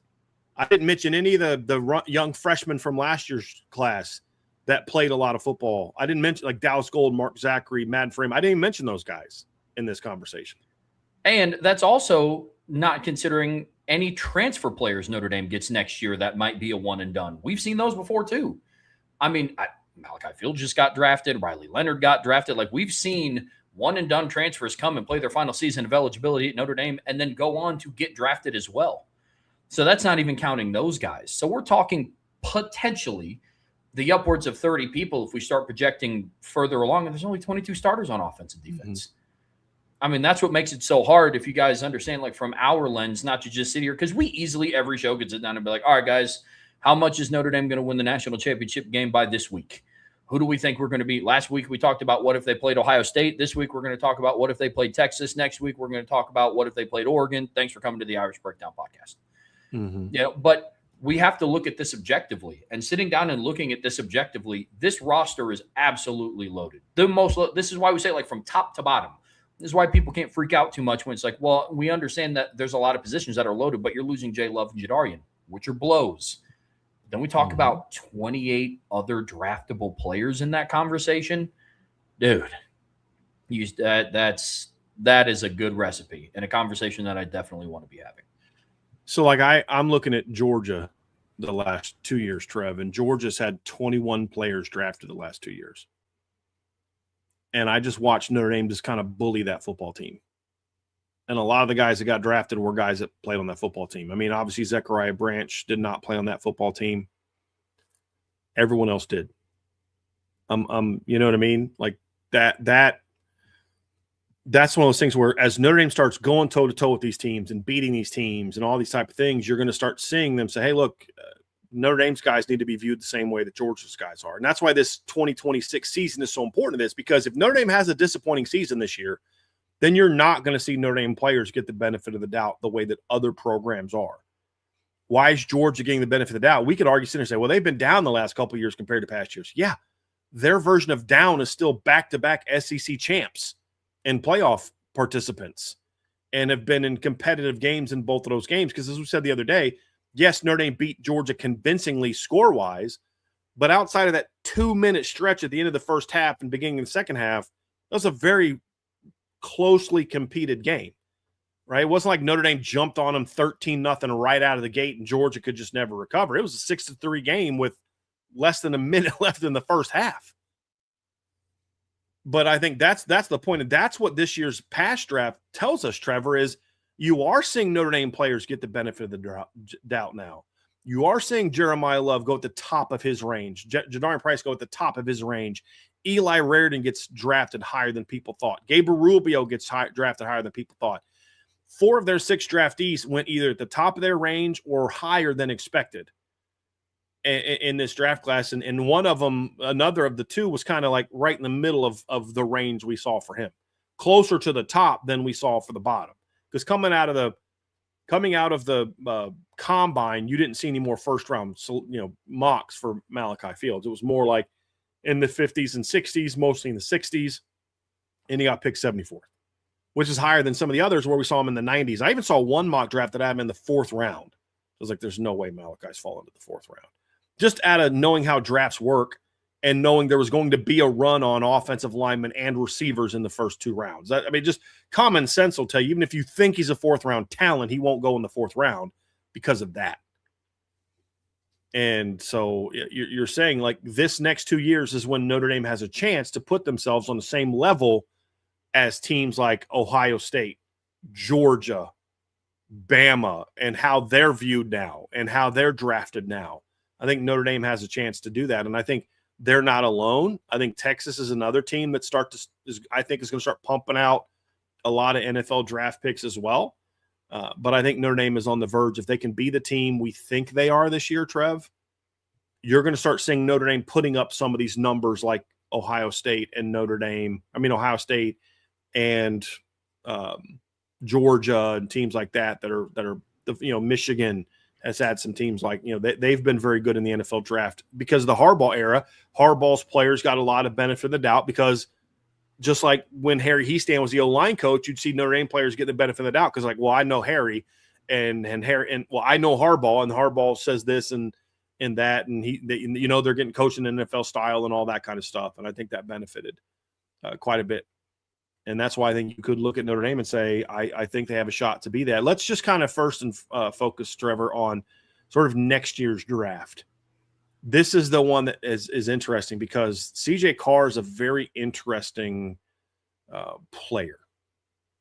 And that is, I've seen mock drafts that have him going in the top 5 and some that don't have him on it at all. Now, I don't think that means that they view him as not a first-round talent, but I think there's still a lot of people that say, and even Bill Bender wrote this, he's a guy that could end up being someone. Maybe does he decide to return for 2027 season because of how deep next year's draft class is? That's going to be very interesting to see how this next year plays out. Yeah, this upcoming draft is interesting because a lot of the talent that you listed on this list, especially in the first round potential, I see coming back. Like I said, there was 28 players that you listed off between the first round potential and then the other draft picks. Out of those 28, I think the majority of them come back for 2027. Obviously, you have your guys that can't. Jordan Faison can't. Leonard Moore shouldn't. Let's be real about something, guys. I love Leonard Moore, and I would love nothing more than to watch him play at Notre Dame until his eligibility has been exhausted. That's just not realistic, nor would I want him to. If Leonard Moore ends up coming back in 2027, that tells me one thing and one thing only. He either got hurt or Notre Dame didn't win a national title. That's what that tells me. Or they just had an amazing – I mean, you could argue they have like just this amazing season, but then they just run into a team that was a buzzsaw in the semifinals, and then they lost in overtime by a field goal, and he wants to run it back to try to bring like Ohio State this year, who just ran into a hot Miami team. Exactly. So could that happen? Maybe, but odds are he either got hurt or they didn't win a national title. He's Jeremiah Love is what he is, Trev. He's going to have that momentary, I love it in Notre Dame, I want to go do another with my boys, but I've got to do what's best for me. And that's what happened to Jeremiah Love. Is part of him wanted to come back because he loves Notre Dame, he loves his teammates, he wants to win a national title. The other part had to do what's best for him. And I've always said this, in season, your number one priority is what can I do to help my team win? It's the team, as Bo Schembechler said, right? Once the season is over, now it's about you and doing what's best for you. Yep. And Jeremiah Love made that decision. And like you said, barring injury, Leonard Moore should make the same next year. Agreed 100%. Let's also get some of the players out of the way that have to come back. Quincy Porter, Will Black, they have to come back because they will not be eligible to go to the 2027 NFL draft. Right. They're 2028 guys. Right. Yep. So out of the players that have the ability to either return or go to the draft, there's some that I think you could argue come back. Drake Bowen has to leave. Jordan Faison has to leave. There's guys like that. DJ McKinney. Yep. DJ McKinney will have to leave. Ashton Craig, Jalen Sneed, those guys will have to leave. Yep. But out of the rest of them, I don't see Kingston leaving. I don't think Derby Lambert leaves. Agree. I don't think Anthony Knapp leaves, honestly, after this season. Yeah, I don't think Bryce Young leaves. Yeah. Oh, yeah, it's all Here's the possible. guys that I would lean towards being gone after this year. You mentioned one, Leonard Moore. CJ Carr, I'm 60-40 on. I'm not as locked into he's gone as other people are. I'm not there yet. I think if you're Notre Dame, you have to prepare for that being a possibility.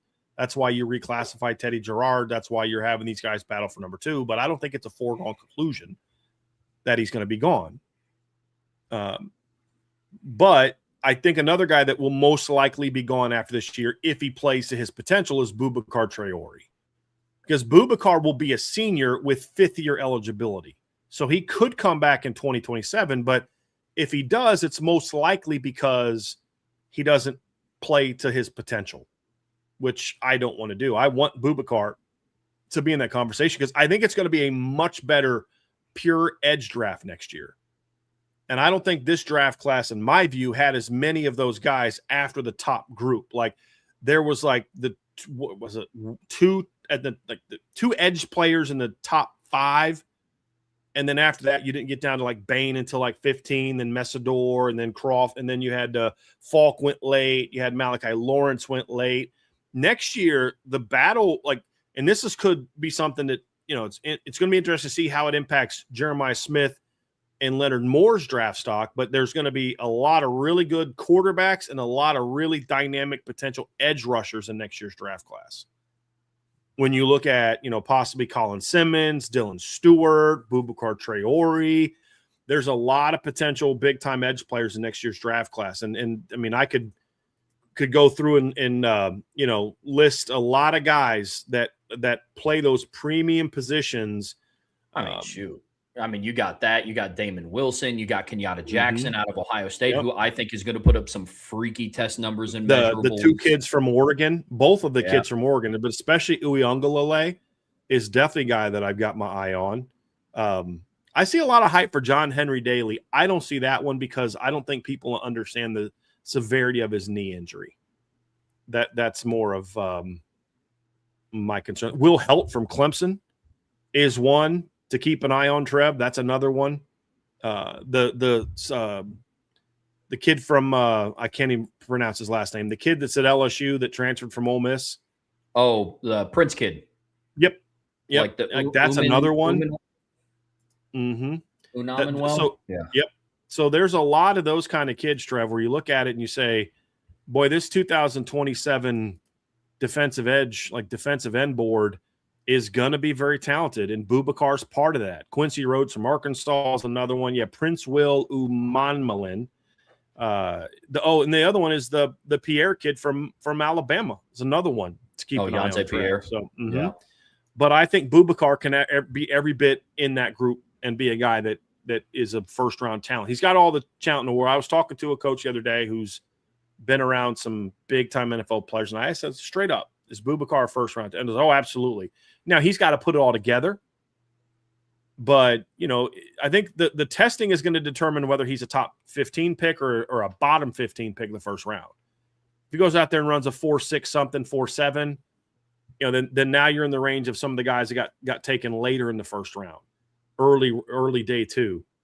If he runs in the low 4.6, 4.5s, then that's when I think you jump into that top 15 range, unless you just have an absolutely monster year, which could happen. So I think another one would be Bubakar is another guy that I expect to come out after this year and have a chance to be an impactful player. Agreed. Yeah, if you were to ask me today, out of this list of guys that I think come out, I got CJ Carr, Bubakar Traore, Leonard Moore. I think Adon will come out. Now he is a player that I'm like 51-49% on whether he comes out or comes back. Because with somebody like that, like I don't know what kind of draft grade he's going to receive. Like I don't know how he's going to test. So that's what I think he's going to be very productive. He's a captain. He has all the leadership qualities. I just don't know starter. Yeah, I just don't know what kind of draft grade, but I'll consider him. So Carr, Traore, Leonard Moore, and Adon to me is most likely a day two guy. I don't see him falling past round 3, especially with the job that Xavier Watts has done. I think people start to overlook, hey, man, maybe we might want to overlook some of the speed stuff because this guy can flat out play. Tay's the other interesting one, Trevor, is if he starts next year, does he look at going out? I mean, I'm already seeing mocks to him in round 1, which is crazy to think about for a guy that started 10 games and really only played 10 games in his career. But it just speaks to his talent, and it speaks to how good the film is and the reputation is. He's another guy that will have a decision to make if he can stay healthy. He's an interesting guy because, and this is going to sound weird, so follow my train of logic here. I think if he misses some time this season, not like he blows out his knee and he's out for the rest of the year. I'm talking like tweaks his ankle, he's out for a little bit, pops a hammy, he's out for a little bit, but is still like able to finish the season, plays predominantly in the playoffs, and is still getting first-round grades. I think he goes. If he's healthy the entire year, I think it depends on how Notre Dame season ends. Yeah, agree. Like, I think that's how it would be for him. Because I know some people would look at that, so, well, come back and show that you can be healthy for a full year. It's like, sure, but the conversation on the flip side of that coin is, what if you don't? And you're getting first-round grades as a guy who played, 12 of the 15 or 16 games. You get a first-round grade. You come back the next year and you play like 9. Now, we've seen that happen with other players. Different position. We watched it happen with Drew Aller. He was a first-round quarterback if he would have came out in the 2025 draft. He came back. He got hurt. People picked apart his game, and then he doesn't go anywhere near the first round. So I think that's going to be interesting for him. But if he's healthy for the entire 15, 16-game season, it's just going to depend on how it ends for Notre Dame if he comes back or not. Agree. A lot of those guys with those injury histories, you almost say, man, you play 15, 16 games next year and you stay healthy and you dominate. Like, here's the thing that fans have to prepare themselves for. If they win a title next year, most of the guys we're talking about are going to go. Because, and I'm not talking about the offense. I'm talking CJ Carr, Bubakar, Tay, Adon. I mean, a lot of those guys are going to go. There's no doubt. And, like, there's other guys that have to leave. Jordan Faison can't come back. Now, here's what's going to be interesting. does the 5-for-5 rule pass before next year? Because if it does, how does that influence a guy like Jordan Faison? How does that influence a guy like Drake Bowen if they're looking at saying, hey, I'm not getting a high draft grade and I may want to come back for a fifth season where I couldn't before? That's going to be something that's very interesting, Trevor, if that rule gets passed. Because the one guy that I think of, I'm very curious how it's going to impact him. It's Jordan Faison. You know, like how does he view that? Does he think he can come back and raise his draft stock or not? You know, that'll be a very, very fascinating. Christian Gray's another one that I look at that and think, does Christian Gray say, hey, you guys want me back? Yes. Okay, I'm going to come back. That's where some of this could get a little bit interesting. Jordan Faison is a guy that if the rule for 5-for-5 gets passed, I think he would still go, because he wouldn't then be competing against other wide receivers coming out of the same school as him. Because in the 2028 NFL draft, you could see Quincy Porter and Mylan Graham and Jaden Greathouse and Cam Williams if he breaks out, and an Elijah Burris, or, you know, so I think that's where that conversation gets a little interesting, but I don't think it's a foregone conclusion that he leaves. That's my point. Right. But hopefully he performs well enough this year that coming out's just a no-brainer. Yeah. So that'll make it interesting, because if they don't win it all, some of these guys are going to choose to – some of these guys on the fence are going to come back for that reason alone. That's what we saw with Ohio State in 2023. A lot of kids that people thought were going to jump in the draft, be first or second round picks, they came back. Well, it's just for NIL money. Kind of. NIL money is what enticed them to stay. They didn't come back for NIL money. You know what I mean? Like, they wanted to come back. They weren't going to be top 10 picks like Jeremiah Love. Let's be honest. Like Jack Sawyer and JT are not coming back to win a title and turning down top 10 NFL draft picks. They were talked about as maybe potential late first round, but likely second round picks. And they chose to get really good NIL deals to come back. But a big part of them wanting to come back was, we think we can win it all next year. And that was part of it as well. You can't like, we just can't say, oh, they just came back for NIL money. Like, no, we've seen guys that left schools they got big NIL offers because they were just ready to go to the next level. They were ready for the NFL. Billy Stroud was just ready to move on. You don't think Jadarian Price got Notre Dame was like, hey, man, you know, we understand you wanting to go, but you can come back and be the guy next year. Jadarian was like, I'm ready to go. I got my degree. I've done what I've done. I'm getting, you know, potential first round drafts projections. It's, you know, like, hey, I'm ready to go. There is some of that, but there are also guys that are like, man, I'm going to come back because I want to win this thing.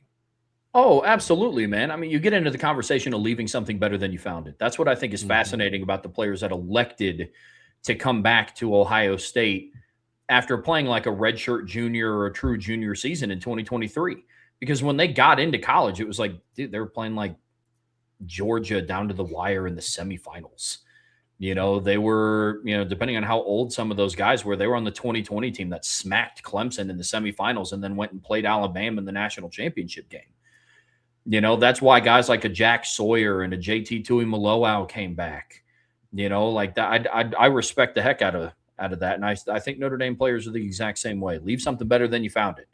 And so if they're able to go and make a run and play for a national title game, especially win it, I'm with you completely. But I'll be very interested to see who comes out next year. But if you were to ask me today which draft class overall I think is going to be bigger, I think the 28 draft class is going to be bigger than 27, barring a national title.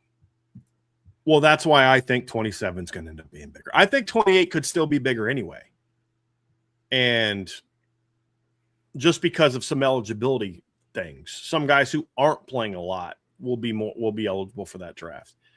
And so I'm with you, Trev. I'm curious to see how that shakes out. But I view it as kind of like Ohio State's, where Ohio State didn't have like one that was way bigger than the other. It was 13 and 11. And, you know, the one that was 13, you know, came after they won a title. And I could see it kind of being similar to that. So I'm very much looking forward to seeing how this goes. But the other thing, too, that's interesting is I want to see how, like right now, if you were to ask me, I don't see Gerby Lambert going. I don't see Anthony Knapp going. I don't see those guys leaving for the NFL draft. I just don't. But if they have dominant seasons, we've seen more Notre Dame linemen leaving with eligibility on the plate than we saw in the past. Like early, not talking like Ronnie Stanley, Quentin Nelson leaving after their senior year when they could have come back for a fifth year. I'm talking about guys leaving after their third year. Joe Alt and Blake Fisher both left as true juniors. So it's more likely, it happens more now than it has in the past under Notre Dame, and I don't know the reasons why, but that's an interesting aspect as well, is what's next year's offensive line class look like, and how does that impact the decisions by guys like Anthony Knapp or Gerby Lambert? I would think both come back, but we'll see. We'll see. That part's going to be interesting. And do they? Here's the big thing that's going to determine this: how well the season goes. Chef, do they play well enough that there's a decision to even make? Because like Anthony Knapp's not going to make a decision like Billy Schrouth did, where 4 years in, I've got my degree, I've had a lot of injury history, I'm ready. I'm not gonna risk coming back for another year, getting my knee hurt again, and then my draft stock plummets because he only had like one major injury. That was the point you made really well at the beginning when we were talking about Billy Schrouth. Was he's really only had the one major injury, and that was this past season. And in 2024, he missed 4 games, but he came back and started 12 of the 16 games. I mean, he started a full season worth of football in 2024. Even though he missed 4 games because Notre Dame played 16 games. And then was arguably better when he came back versus how he started. And he wasn't bad when he started the season. Yeah. Once he got into the post, like closer to the postseason, his play was really good. Like even the Penn State game where he didn't play well in the first half, he was whooping people in the second half. So I think there's a lot of there, it was very good in the game against Georgia. So I think those things are very interesting in that. Look, I don't think Anthony Knapp's going to come out, but if Anthony Knapp next year gets that underclass draft grade and they're like, dude, you're a first-round pick, he may go. And honestly, I couldn't blame him. You're going to have – he's already got 27 starts under his belt. If they just get to the first round of the playoffs next year, he's going to have 40 career starts after next season. So if he's getting a first-round grade, bro, you got to do what you got to do if you play that well this season. Now, that's the question, Trevor. Does he play well enough to say you're a day 2 guy, or does he play well enough to say you're a day 1 guy? If you're going to be a day 2 guy, with all due respect to Blake Fisher, you come back for your senior season. Same with Gerby. You don't leave early to be a second-round draft pick. Because here's the thing about Blake. His game wasn't ready. And that's the mistake that Blake made. Now, who knows how much readier it would have been? I don't know. And it is interesting how it the things that it kind of put in play, Emil Wagner starts and all that other type of stuff. But, would he have gone over to left tackle? Would Anthony Knapp have started inside? There's so many different things that we could look at. But the reality is Blake wasn't ready. And at least not, well, let me rephrase. He wasn't as ready as he could have been had he come back. That's fair. He started games as a rookie. He was clearly ready enough to be a second-round pick and start games as a rookie. Same with Gerby. It's do they play well enough to where they have a tough decision to make next season? And I hope that they do. Yeah, with Blake, he was physically ready. I just don't think football-wise he was ready. But that, different conversation for, perhaps a different day. But I think the outcome of Notre Dame season is going to play a big factor in kids' decision whether they stay or they leave. And it's interesting to have that conversation because I can see it going many different ways. If they win a title, I think the majority of the players that we're talking about are gone. And it would be understandable. I think if they make, a run to the semifinals and just run into that team and lose, I could see him coming back for the, hey, one last dance, let's run it back. If they have an underwhelming season, I could also see the majority of them going. Here's why. That whole revenge tour, coming back, leave no doubt stuff, that's this year. So if you have another underwhelming season, what's the message going to be again? It's like they doubted us, last year and then the year before, but leave no doubt, for real this time. Exactly. So I could see if it's like an underwhelming, and when I mean underwhelming, I mean like, a lot of talk about Notre Dame's regular season schedule. I don't think it's as soft as what Ohio State played in 2025, but let's say they go undefeated in the regular season and then they lose the first opportunity they get in the postseason. I would consider that an underwhelming year. I truly would. So then you have your question of like, okay, well, what do you ask him to come back and run it back again? Like, what do you do there if you're some of those guys that could be on the fence, like a CJ or, like a Jaden Greathouse, depending on how he does this year. If you're like a Tay Johnson or a Don Schuler, like I think that's the interesting part about that conversation. So to varying degrees, how Notre Dame does on the field this year is going to impact whether players come or go, and it's the varying degrees are very wide. I think that's interesting. Same thing on the other side of the ball, Trev, is does Boubacar make it a no doubt about your decision season? Does Bryce Young have the kind of season that makes you at least have to ask the question, will he leave or come back? Does Tion Gray have that kind of season? Does Francis Brew have that kind of season? I'm not as thinking Francis Brew will, just because he's got kind of one big thing going against him, and that's his size. But you could say, hey, look, if he has a big year at Notre Dame, what else does he have to prove? He's played a lot of football, that kind of thing. Like, you always want to be in that situation. I mean, my first thought is there's no way Kingston leaves after this year. I know people are mocking him, but coming off the ACL, what's his production going to be like? I know he's a kid that's very big in academics and the family atmosphere and all that. Like, I would think he'll come back and be the guy in 2027. But what if he plays well enough to, you got a decision to make? What if he comes back and, because he could miss the first 3 games and still play 13 games next year, Trev, which back in the day was a full season for guys. And what if he has 10, 11 tackles for loss and 6 sacks this season? And he's getting projected in the first round. You want to have those questions. For Notre Dame, you want Tay Johnson to be in a situation where he's got a tough decision to make. You want Boubacar to be in that situation. You want Kingston to be in that situation. You want Anthony Knapp and Gerby Lambert to be in that situation. You want CJ Carr to be in that situation where it's like, hey, I've got a tough decision to make. Do I go get picked in the first round, or do I play another year? Like, if you're CJ, even if they're like, hey, you're the number 4 quarterback in this draft class, like, look, you're just not as good as Arch Dante, and I don't know, pick another guy. Okay, but I could be the number 4, number 5 draft pick and still be a top 15 pick, like Bo Nix was. Or do you say, I'm going to come back for another year, get a big NIL money, and then I'll be number 1 the next year? What kind of difference in money that makes. I mean, those are all tough decisions to make. Hopefully, some of these guys, they're no-brainers. Like, if CJ's decision is a no-brainer, that's a very good thing for Notre Dame. You know what I mean, Trev? If we're looking at it and Jordan Faison's like, yeah, I know I got a 5th year now, but it ain't happening. Well, why not? I just had 75 catches for 1,055 yards and 9 touchdowns. Yeah, I'm ready. I've played 4 years here. You know what I mean? Like, I'm ready. You want him to be in that situation. You want Tion Gray to play well enough where you're like, should I go? That's a good thing for Notre Dame. Very good thing for Notre Dame. So, yeah, the secondary one is interesting, Trev, because there's a world in which think about this. If I made this statement to you, would you find it nuts?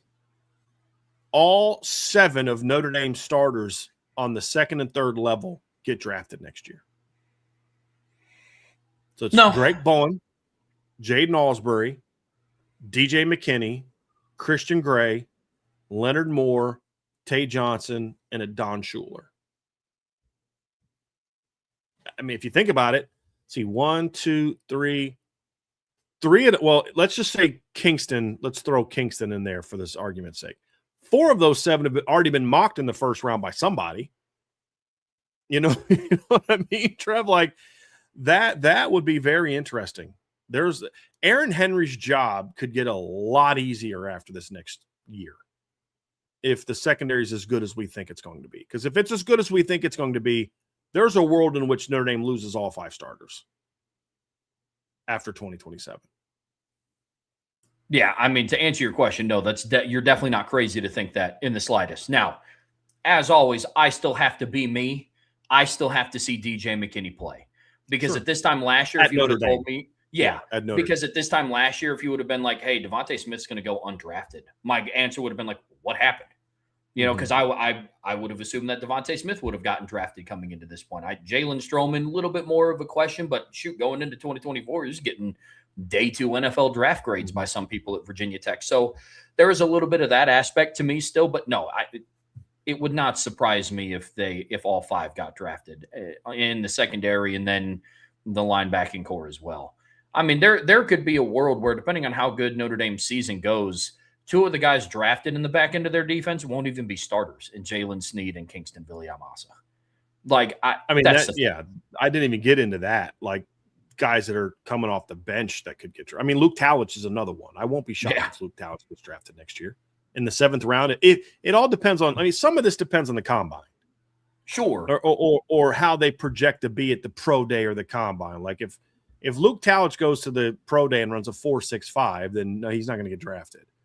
But if Luke Talich at 6'4", 210 pounds runs a 4.51, which would not shock me, he's going to get drafted on day 3 because he's going to be a 4-year starter for Notre Dame in special teams and is someone who could help you at safety.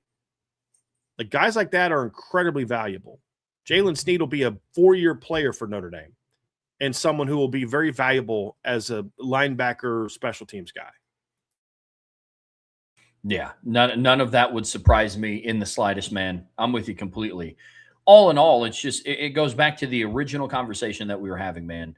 This roster is absolutely loaded with top-level talent across the board. That's why we get excited. You know, one position that I'm probably the most curious about is wide receiver. Like, what kind of – like, we just mentioned a lot of potential receivers to get drafted, but they're all question marks. Like, how much does Jordan Faison project to the NFL? Can Jaden Greathouse be healthy and run well enough? Can Mylan Graham and Quincy Porter perform well enough to go out and be draftable players? Does Cam Williams have a breakout? Like, there's all these questions, but like right now, none of them have shown me anything in college that says you should get drafted outside of Jordan Faison. So that one's going to be interesting to see, Trev, is does it finally happen at wide receiver for Notre Dame where the talent and the potential and talent turns into production that leads to NFL teams saying, yeah, we got to get receivers from Notre Dame, because they just had a guy picked 3rd in the NFL draft and he was not their best receiver last year. Well, he was not their most productive receiver last year. Jordan Faison was. Does that start to happen or not? I think that's going to have a big impact on how their 2026 season goes. Yeah, wide receiver and defensive line are those two positions for me, because there's a lot of parallels. You have two guys in both of those rooms that I'm very confident get drafted next year, especially if they elect to go. Boubacar in the defensive line and Jordan Faison in the receiving core. Outside of that, the next two contenders, in my opinion, are potential transfers. I can see Mylan Graham getting drafted in the wide receiving core. And then I could also see Tion Gray getting drafted, the defensive tackle that came over from Oregon on the defensive line. The varying degrees in both of those position groups is a very interesting conversation, because, again, it's loaded with potential. Bryce Young is a guy that I absolutely could see getting drafted, but he has a ways to go before he starts living up to that, like, first-round talent, first-round this, 5-star recruit this. He has a ways to go before he gets there. The next guy in the receiver room that I would project to get drafted would probably be, just by availability from what we've seen, I'd probably say Jaden Greathouse, because I have yet to see Quincy Porter put on a gold helmet, not for like a picture. I haven't seen him yet in practice, but with Jaden Greathouse, it's like, look, man, nobody's going to spend a draft pick, even if it's kicking the tires on a 7th or 6th or 7th round pick. Nobody's going to kick the tires on somebody that's played in like 3 games or 4 games in the last 2 years. Like, that's just not going to happen, unfortunately. Yeah. So there's a ways to go for each player, but wide receiver and D-line are the two rooms that I think are very, very interesting. Yeah, and a lot of this is going to be determined by, how guys perform this year and how well they test. Because there was a comment in the chat about how they don't see someone, Jordan Faison's size being taken in the first round. And this kind of goes back to a point that you've been making, Trevor, which is what NFL teams are looking for at wide receivers a little different than it used to be. And you're seeing more of those types of players being taken in round 1. Like Mekhi Lemon is not a very big guy. He's 5'10", for our 5'10 and a half, like, 5'11". You look at Casey Concepcion. He's very much in the Jordan Faison type of size The question is going to be, does Jordan run as well? So like Mekhi Lemon, 5'11" and an eighths is what he measured in at the combine this season. And he didn't exactly light the world on fire at his pro day with speed. I don't know that he's a burner. He's just a really good wide receiver. When you look at a guy like, go ahead, Trev. No, you're good. The biggest thing with Jordan Faison has nothing to do about his height. It's going to be about route proficiency, his ability after the catch, because all wide receivers that fit that stature, that's what they've shown. Mekhi Lemon's not a burner. He's a spectacular route runner, and he can make plays after the catch. 100%. Jamar Chase is not 6'5". He is 6 foot barely, but he is an exceptional route runner. And I mean, like, guys, we're talking about a league that took Jalen Reagor before Justin Jefferson. Okay, like I promise you, like, it's not just about size. And I'm not saying that's the point that the person in the chat was trying to make. It's just with players like that, it goes beyond like, well, he's 5'10". It's like, well, I mean, Jackson Smith-Njigba's like 5'11", and he was arguably the best receiver in football last year. Matthew Golden was a first-round draft pick out of Texas 2 years ago at 5'11", 191. Why? Because the type of player he was, but he also ran a 4.29. Now, I don't expect Jordan Faison to run that fast, but the point is that you're seeing more and more guys like that being picked on day one and day two. Now, I don't think Jordan Faison is a first-round draft pick talent. Like, I'm not going to sit here and try to defend, oh, he's a first-round talent. What I'm simply saying is it's not his size. If Jordan Faison catches 60 balls this year and goes out and runs a 4.3 in the combine, then he's going to get picked very high. I don't see that coming, is my point. Like, Matthew Golden didn't have like a monster season at Texas. He was a good football player at Houston. He was a good football player at Texas for 2 years, and then he went to the combine and ran a 4.29, and never had a 1,000-yard season. Only had one season of over 600 yards, and that was a 987-yard season at Texas in 16 games where he had 58 catches. So those are the things that are going to determine if Jordan, to Trev's point, if Jordan is a day one or early day two draft pick, it's going to be, how does he run? And then does the film show that? He's going to, and the big thing for Jordan is, I need to see the stuff he does after the catch or after on punts. I want to see that on offense, but that's as much about Mike Denbrock and Mike Brown as it is about Jordan Faison. They don't get him the ball in a lot of you're in space, you're catching it on the run situations. He catches a lot of hitches, a lot of stops, a lot of comebacks. I want to see Notre Dame next year do more things to allow Jordan Faison to catch the ball on the run. And I don't mean tunnel screens and things like that, which are nice. I mean things past the line of scrimmage where he's in space or he's catching the ball on the run. Those are things they need to do to help him kind of boost his stock a little bit as well. Agreed. Deep overs, slants, drags, things like that. Like, catching the ball on the run isn't always about, hey, let's just go 4 verts and we'll just lead him and see what he can do after the catch. I'm with you completely, because fact of the matter is Jordan Faison's not going to be taken as a late day one, early day two guy if his entire highlight reel from the past 2 years is Notre Dame's leading receivers a bunch of fade stops and deep outs and comebacks and hitches, so and tunnel screens. So I'm with you there completely. But this is just a question. I mean, I don't think there's a question that he gets drafted. The question with him is when and where. Right. Is he a day one, day two, or day three guy? I think at worst, if he just does what he did last year, he's an early day 3 guy at worst. Oh, if he can continue producing, but then test well, I think he could be a day 2 guy. Agreed completely. Brian, any overarching final thoughts on just Notre Dame's outlook of future drafts? I mean, we're going to have some fun with this as we kind of move along. We've seen DJ McKinney mocked in the first round. Deion Sanders has talked about how he's a first round talent. I'm looking forward to seeing him play at Notre Dame. Is he healthy? How good is he? How are they going to use him? How many of the defensive linemen kind of force their way into the mix next year as NFL draft type of players? Can Jason Onye put it all together and be a guy that gets taken next year? Does Boubacar have that first-round draft pick? I mean, we're seeing things that haven't happened at Notre Dame in a long time start to happen. You look at the running back. Notre Dame hasn't had a first-round draft pick at running back. Matter of fact, Notre Dame hadn't had a running back taken above the 3rd round since Jerome Bettis went back in 1993. And they had 2 taken in this draft class. They had a guy taken – Notre Dame hasn't had a running back taken as high as Jeremiah Love since Paul Hornung did back in the 50s.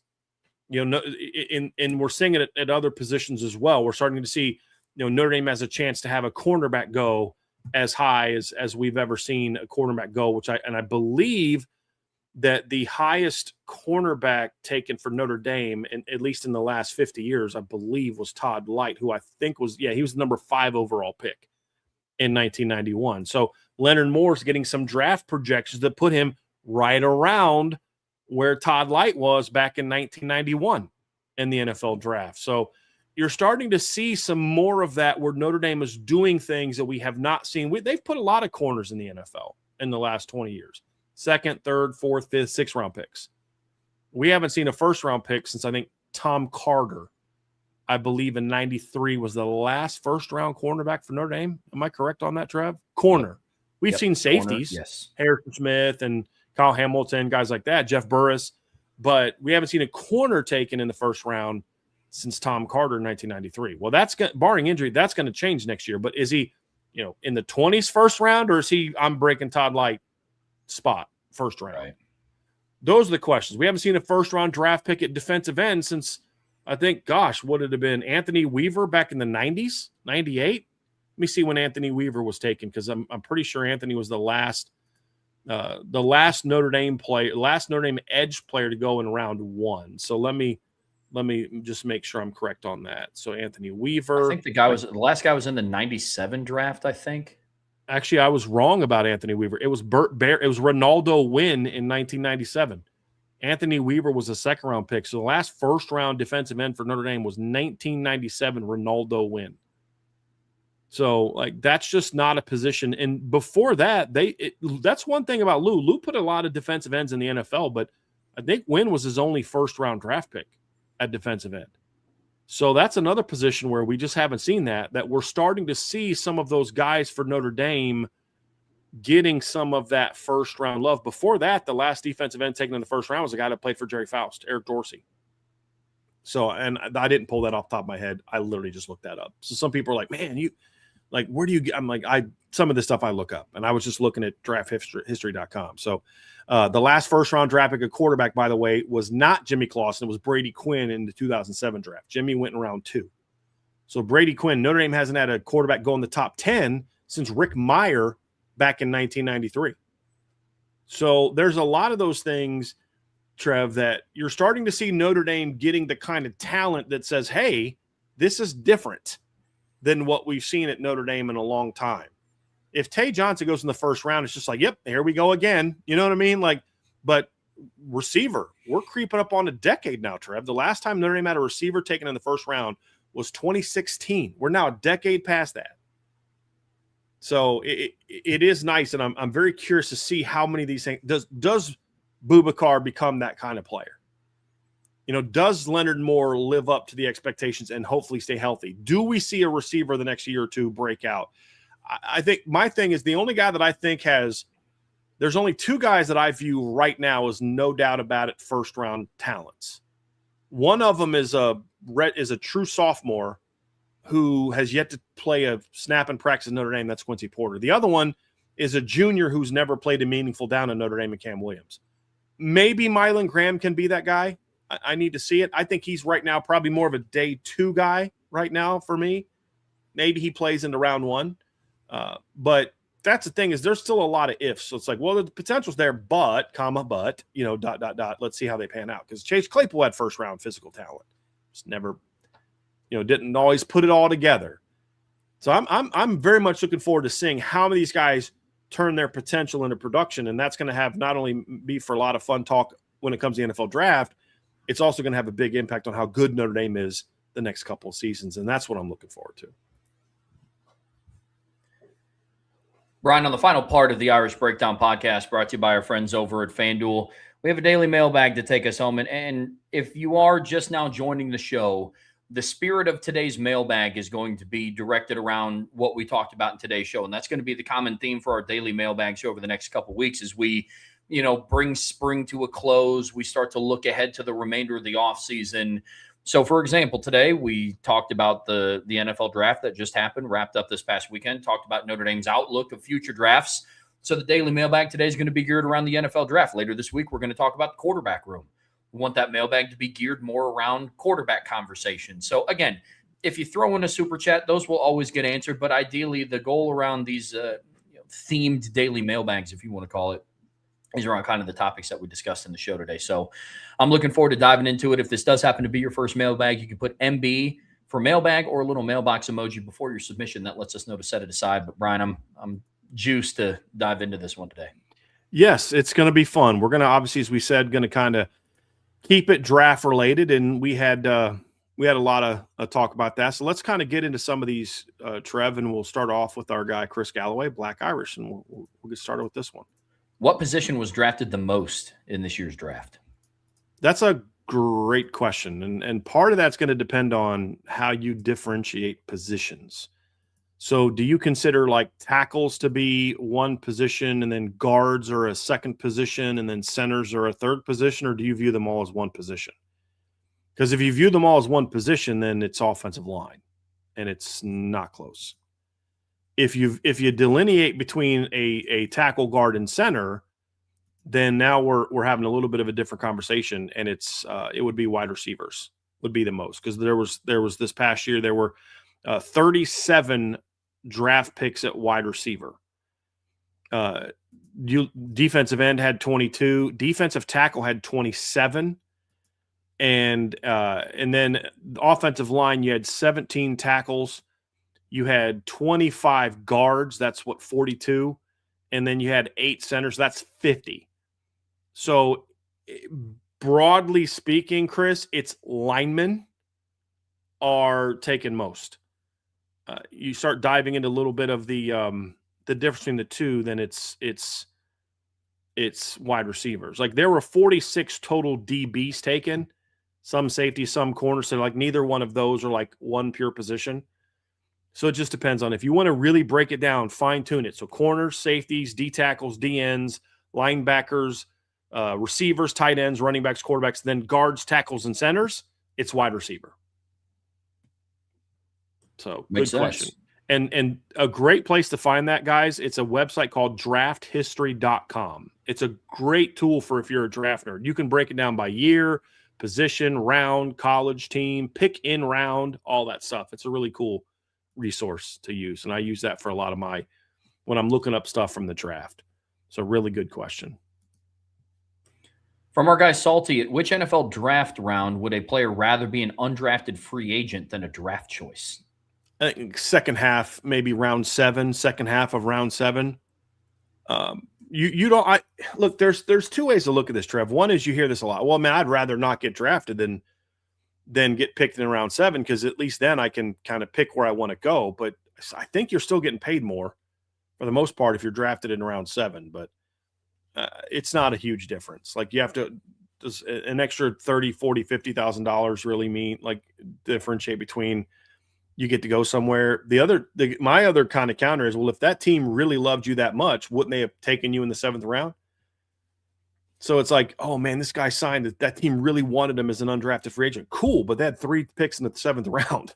So if they really like the guy that much, why didn't they draft him? Now, sometimes the team may not have a 7th round pick.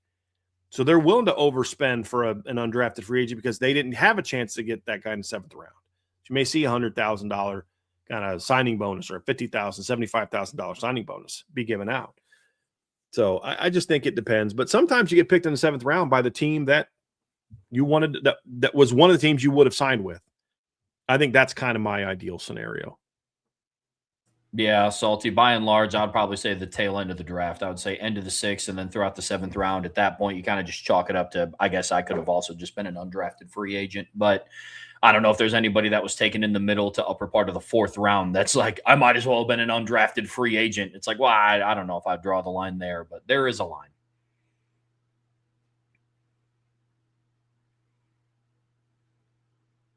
Let's see. I'm gonna try to get to some people that have questions, and then we'll go back to the people with multiples. Here's a good one from Tristan, sign cosine tangent. Trev, he says, is Taylor Green's highest upside at quarterback? What say you? I think this one's pretty difficult to answer, at least for me, because I understand why people want him to move to receiver. Had a gaudy looking 40 time. He would have been like one of the faster wide receivers if he would have performed at the combine as a receiver. I'm pulling up his 40-yard dash time right now. But the biggest thing with Taylon Green is, so Taylon Green ran a 4.36 40-yard dash. I mean, that's significantly faster than some of the receivers that got taken. I mean, that was faster than Carnell Tate's receiving or 40-yard dash now, but that's not the only thing that you can evaluate. I understand he's a big-bodied guy. He's 6'6". How many 6'6" wide receivers do you see in the league right now? I mean, there's just not many of them. So I go back and forth between if he can go to the proper system and develop as a quarterback, I think he'd be a good tool. I do at that position. How do you gauge that versus a position that he just hasn't played? Right. Didn't play it in college, and then you're going to go ask him to transition and do that at the highest level. Now, we've seen other quarterbacks do that. We watched Terrell Pryor do that. He was a Matt quarterback Jones. at Ohio State. Yep. So Yep. we've seen guys do that before, which has me leaning to no, but it's just so tough. The NFL, I think, has a quarterback development problem by and large over the course of the league. So I'd probably err on the side of no, but it's close for me. Didn't Logan Thomas go to the NFL and play as a tight end? I think that's another one, right? That went to the NFL and performed. You remember talking about he was a starting quarterback at Virginia Tech? I'm looking at that. Yeah, he had a year where he had 72 catches in the NFL. Ronald Curry is a guy that played quarterback in college at North Carolina and then got drafted in the NFL and played receiver, had a pretty good NFL career as a wide receiver. So Carlisle Holiday for Notre Dame is a guy that played quarterback in college and then played a decent number of years in the NFL as a wide receiver. To answer your question, Trev, to respond to you is no, the NFL doesn't have a lot of 6'6" wide receivers in the National Football League right now. There's no question about that. But there's also not a lot of 6'6" wide receivers that run 4.36 and have a 43.5 inch vertical and broad jump 11.2. Like that's what makes him a bit of a unicorn. But then to build on Trevor's point, your highest upside is still the position you know how to play. So right now, today, I'd say his highest upside is a quarterback. I have no clue what kind of wide receiver he would be. None at all. I don't know if he's got the strength to play the position. It's like, yeah, your 4.36 doesn't work because you just keep getting jammed at the line of scrimmage by every good cornerback in the NFL, and you can't get open. Because it was just about the speed. Why wasn't James Jett a better receiver? Guy was literally an Olympic gold medalist, and he was just kind of an okay wide receiver. We've seen a lot of guys that were track stars come to the NFL or go to college and they're just not very good football players. But so I'd say right now, but I would absolutely, if you get him into camp and you realize he can't play quarterback, then I would have no hesitation moving to receiver. But I would honestly give Taylon Green a legitimate shot to play quarterback if I'm the Browns, because you have nothing to lose. Your quarterback situation right now is not good. With all due respect to Shedeur Sanders, he's not that good, at least right now. Now, maybe eventually Shedeur develops to like a real Pro Bowler, like a Pro Bowler that actually performs like one, not one that was literally the last potential option in the AFC, and that's why he got in. Then maybe it's good. But like right now, I'm not just racking up. Shedeur's the quarterback of the future. Like I'm going to let anybody battle him this spring, and he's going to walk in the room as the most talented guy in the room, in my opinion, as far as just like physical talent. Now the question is, does he have the quarterback talent, the mind, all those other type of things to be a quarterback? That's a legitimate question that we don't know the answer to. But he's got a lot of areas he's got to improve. But this is a kid that walks into to the NFL with a 3,000-yard passing season under his belt. That offense added Arkansas this year was very dynamic. I mean, at times he was like the only thing Arkansas had against Notre Dame this year was just him out there making plays. So that's kind of where I want to see it. But he's a unicorn, Trevor. There's no doubt about that. Yeah. Athletically, he's a unicorn. Good questions. It's got one from Antoine Rideau. How surprised were y'all when Gabe Rubio was drafted, but Emil Wagner wasn't? Not. We were happy, but we said last week, Trev, that number one, we wouldn't be shocked if Emil went undrafted. And we also said, although the projections were not that Gabriel Rubio was going to get drafted, I know that I said this, and Trevor agreed with it, that I could see a team falling in love with Gabriel Rubio's film and saying, hey, in round 6 or 7, he's worth taking a flyer on because the film is good.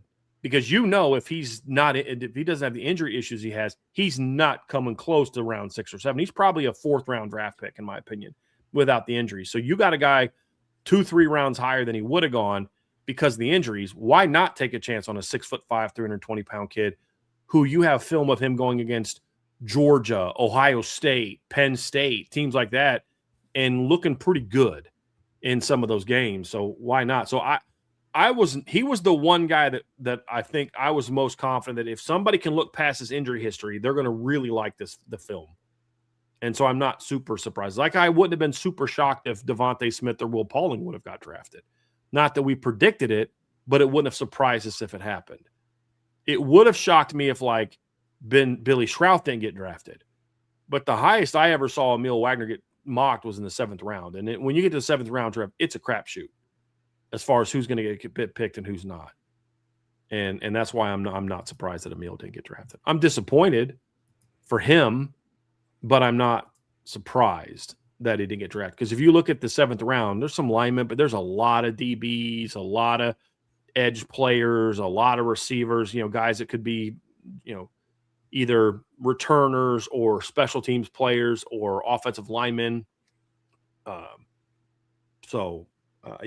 not super surprised.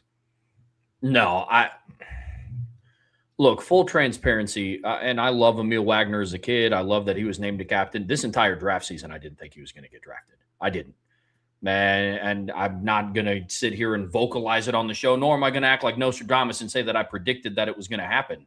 You said it to me, and I mean, I'll say it. You and I have talked about it. It's not something that is brand new, like you're just now saying.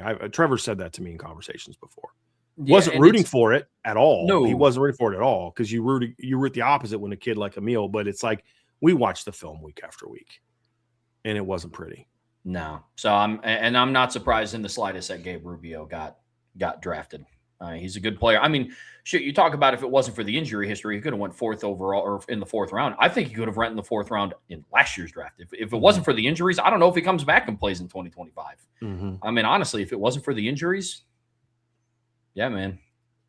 Yep. All right, let's get one here down. Let's get down here, Trev. We've got a question from, let's see where we at. ST71778. He says, will Ty Simpson ever start a game for Sean McVay as his head coach?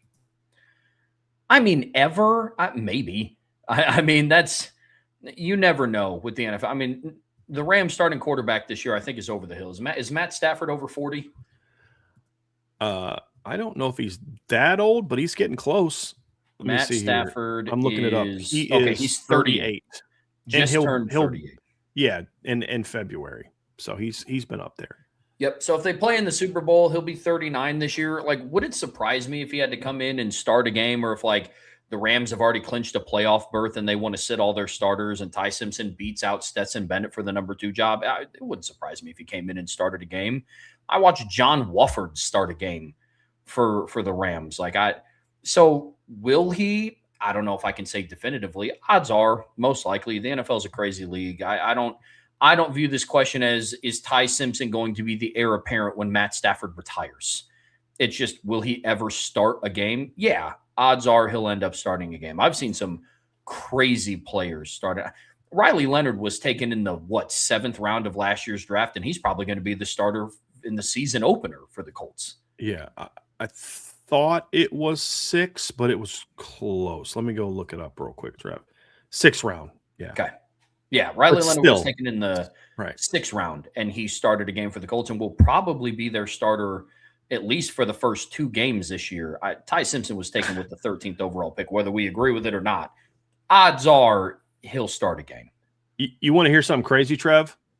Of the 4 quarterbacks that played in the national semifinals 2 years ago, the highest drafted, Drew Aller, by a lot. He went in round 3, and I had no problem with going in round 3. Riley Leonard was a 6th round pick. Will Howard was a 6th round pick, and Quinn Ewers was a 7th round pick. So it's kind of find that always to be very interesting and funny. My answer, I'll be surprised if he doesn't. I mean, you don't draft a guy number 13 overall and not give him every chance in the world. They've given Stetson Bennett every chance in the world, and he's had off the field issues and all that stuff. So Yeah, he'll start a game at some point in time. Now, the question would be, is Sean McVay as head coach? Well, that means like, okay, does Sean McVay retire after this year if the Rams have success? I mean, that's already been rumblings about that the last few years. I've heard different times where Sean McVay may take a step back, something like that. That could happen, Trev. But like you said, I could see a scenario in which the Rams have clinched their position and there's nothing else to play for, where Matt Stafford doesn't play week 17 or something like that, or and he starts the game. So certainly, Matt Stafford sprains his ankle, and they're playing a 1-11 team the next week, and they want to give him a week to heal, and he starts then. Like, if it's close, you're going to go with the number 13 overall draft pick as far as who the backup is. If it's close, Stetson Bennett's going to have to be way better than Ty Simpson to keep that job. That's just the facts. Sean McVay can call it a quarterback competition all he wants, but if it's close, they're going to go with the guy who they just gave a freaking guaranteed contract to. Like, think about that, Trev. Let's look at I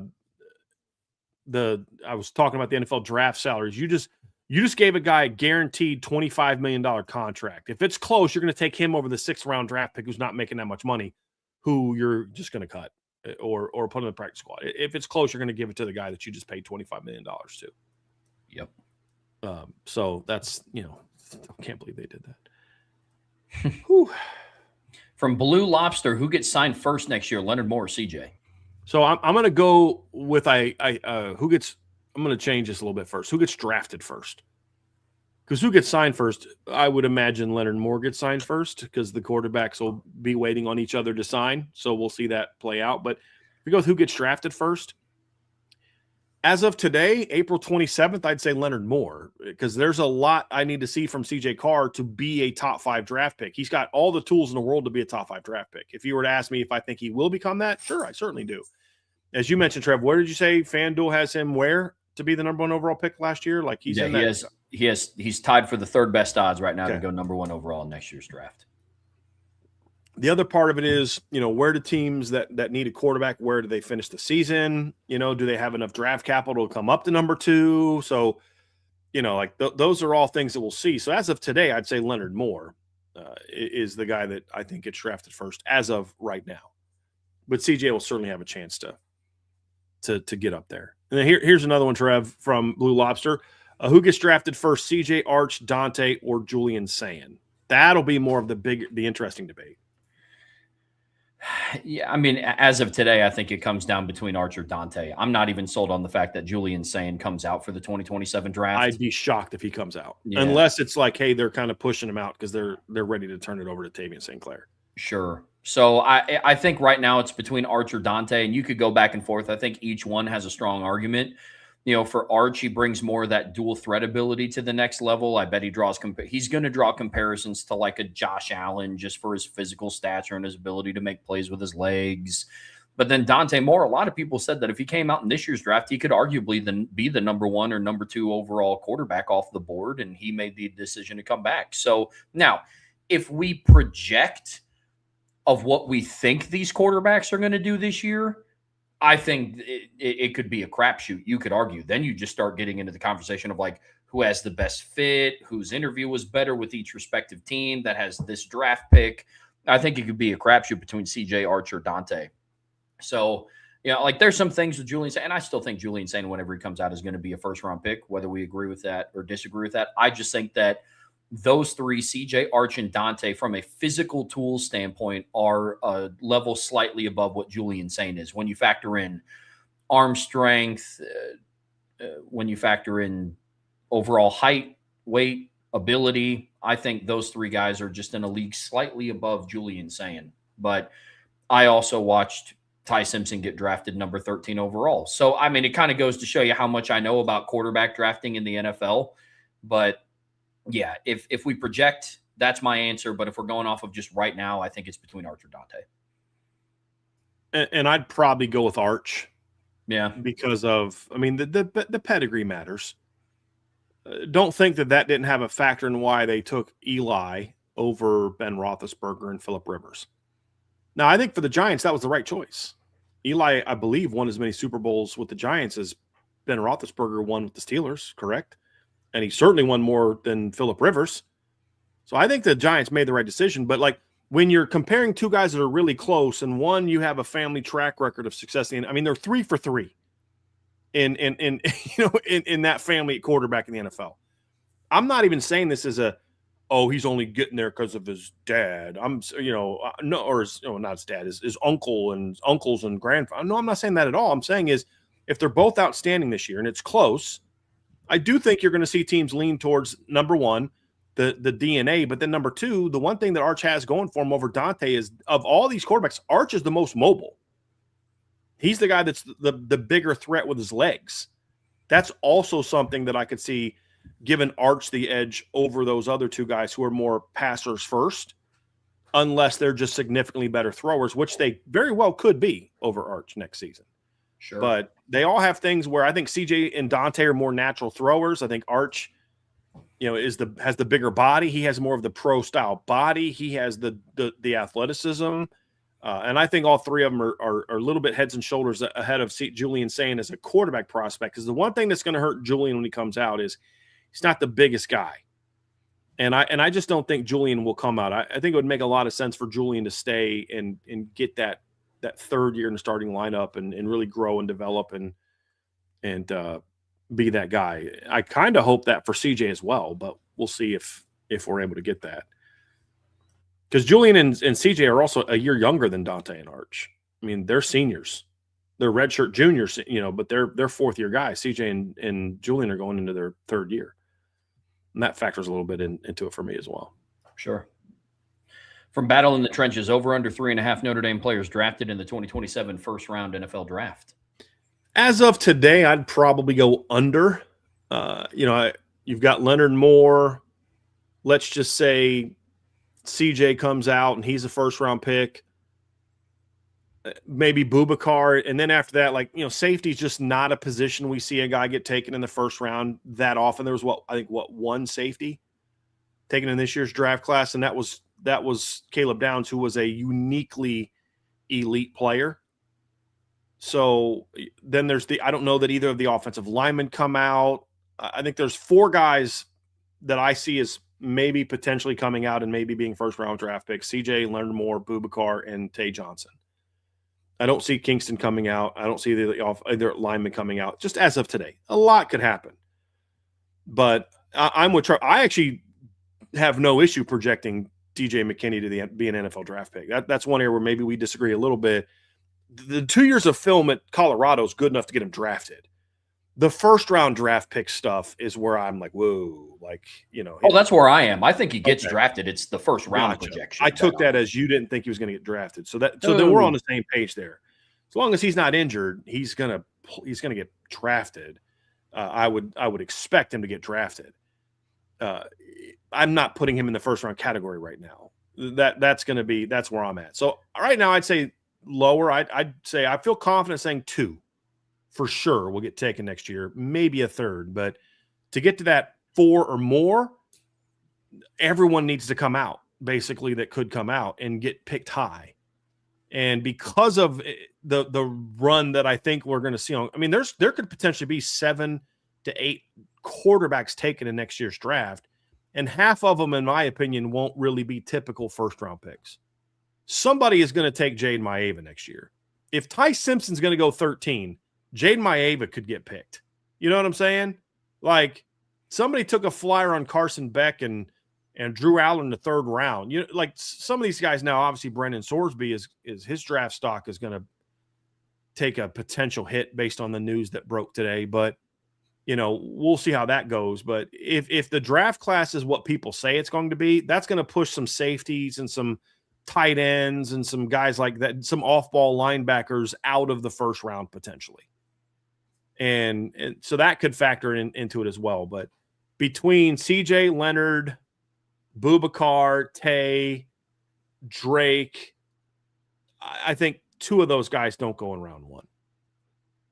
So I'll go under for now. But if the season goes the way that I hope, then I'd lean more towards the over. Because Ohio State had an epic draft class this year. They only had 4 first-rounders. Oh, I shouldn't only. They had 4 first-rounders. Each of the last 2 years, they've had 4 each of the last 2 years. So that's a lot. That's a pretty 3 is a heck of a year at first round draft picks. Yeah, I'm going with the under here. In my opinion, the guys that have the most likelihood to go in the first round on Notre Dame's roster right now are all guys with the option to come back. Mm-hmm. Odds are one of them are going to choose to come back. I can't tell you who that's going to be. I know for sure it's not Leonard Moore.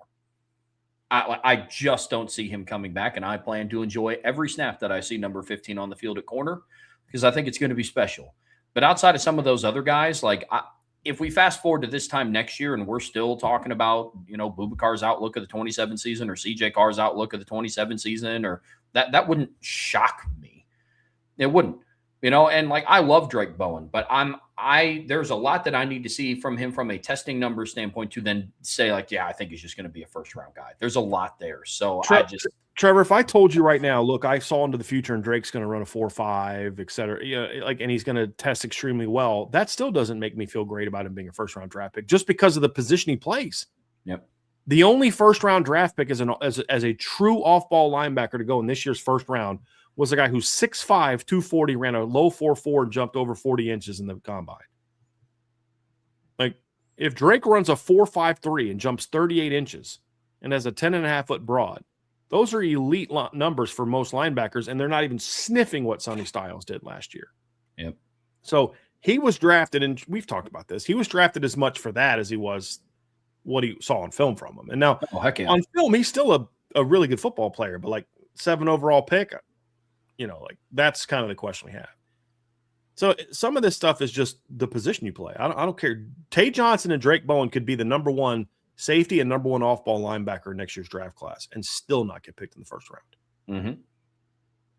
Because it's going to be a deep year quarterback, a deep year on the defensive line, and a deep year potentially at wide receiver. And so the first 32 picks are not always the first 32 best players. It's not, you know what I mean, Trevor? 100%. It's not that. And that'll factor in as well. What's going to make me mad is when it happens watching Lenora Sellers go above Tay Johnson. That's going to piss me off. I'm telling you. That's the reality. We just watched Ty Simpson go 13th overall. Yep. After going 4-8 this year, I watched USA Today rank him as the number 4 quarterback in the 2027 draft class. Talk about Lenora Sellers. He's just going to go in the first round. And then when he doesn't pan out in the league, everybody's like, who saw that coming? It's people that watch the games. Everyone that's watched him play the last 2. Yeah, exactly. But I digress. Exactly. Yep. From Bert Ferentz, what position being drafted higher would benefit recruiting more, D-line or wide receiver? If not those two, what would be the most beneficial? Oh, I think it's definitely defensive line. Here's the reason I say that. I have some legitimate reasons for this. Number one is there's just a lot more receivers out there than defensive linemen. As far as high-level guys. The advent of 7-on-7 and high schools running 3 or 4 receiver sets and all. I mean, there's a bunch of wide receivers out there. And you don't need to have a stud first-round draft pick on a wide receiver to have a great offense. That's something I've argued people about nonstop. I watched Miami beat Ohio State this past year by 10, and their top receiver had 5 catches for 16 yards, and Ohio State's guy went for $150, and Ohio State's team lost by 10. Why? Because they got dominated in the trenches. It's just the reality of it. And Notre Dame has had no problem recruiting wide receiver over the years. That's what people keep saying, they can recruit receivers when they have someone with a pulse recruiting the position. I've said this. And Mike Brown just landed a really good receiver class in 2026, and I think he's going to land another really good receiver class in 2027. Defensive line recruiting is a whole different animal because that costs you more money. It costs a lot more to go out and get pay an NIL package for a 5-star edge or a 5-star D tackle than it does a 5-star wide receiver. It just does, because those guys, it's really a supply and demand thing, Trevor. If we're being real about that, it's a supply and demand thing. And for Notre Dame, it's also a standpoint of you don't have a long track record to put guys in the NFL. And if you're putting guys into the first round of the NFL, here's what's going to happen. I know this for a fact. The two 5-star DBs that Notre Dame got last year got bigger offers, somewhat significantly bigger offers from other schools. Notre Dame was not the number 1 offer for Joey O'Brien or Kari Adams. Now, they put together good offers. They didn't, like I said, I'd like to joke, they didn't give them Golden Corral gift cards, for a year to get them to come to Notre Dame. They got good deals, but they weren't max deals. It wasn't where Joey O'Brien or Kari Adams said, okay, I like Notre Dame, but if you don't match this, I'm not coming. It wasn't that, because this is why. They looked at it and said things like a lot of kids are saying, like, look, I'm getting a pretty good offer. I'm going to a place where I'm going to get a great education, which is going to set me up for life because they're smart kids, all these things. But I'm also going to a place whose DB coach shows that he can get you into the NFL and get you drafted high. There's a track record of that. So I'm going to make up the money I'm losing now by being a first-round draft pick or a second-round draft pick because I'm going to play for Mike Mickens. That matters. And then they hired a guy to replace Mike Mickens who can say, and he has said, love Mike Mickens, respect the job he's done. And this is not what he said, because I think he's probably too smart and too humble to say this publicly. But Aaron Henry's got a track record of his own of putting guys in the NFL, high in the NFL.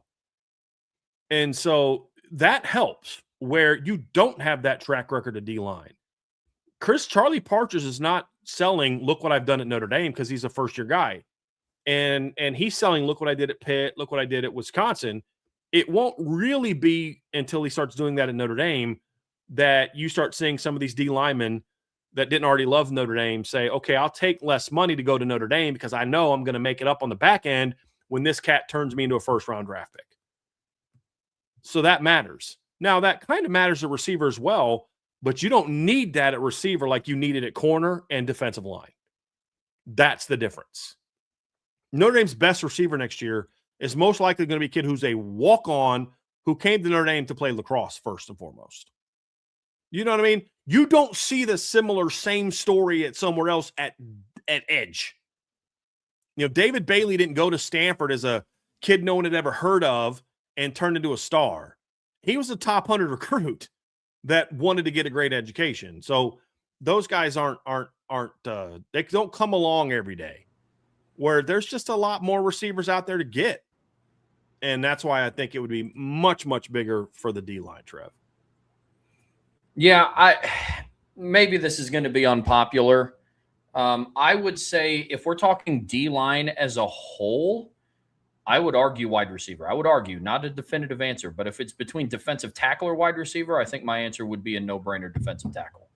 So when I go through and I look at the ends that Notre Dame has been able to bring in over the years, I mean, we're talking about like Dalen Hayes, Julian Okwara, Khalid Kareem, Isaiah Foskey, who was a very productive player, got taken in the second round.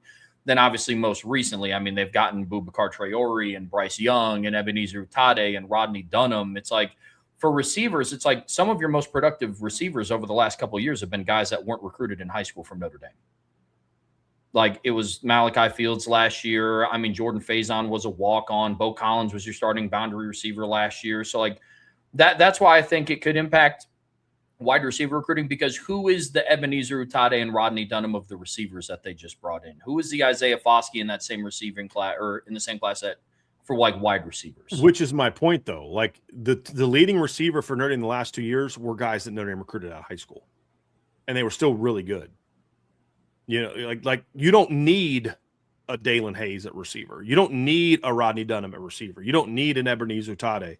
I think the guys you talk about, because then you can go back to 2011 class with Aaron Lynch and Stephon Tuitt, but that's the pre-NIL era, and that's where it's a little bit of a different deal. And I think Notre Dame kind of, I don't say got lucky last year, but they hit the circumstances right in that you got on Rodney Dunham early. He comes from a very different type of family than a lot of big-time edge players.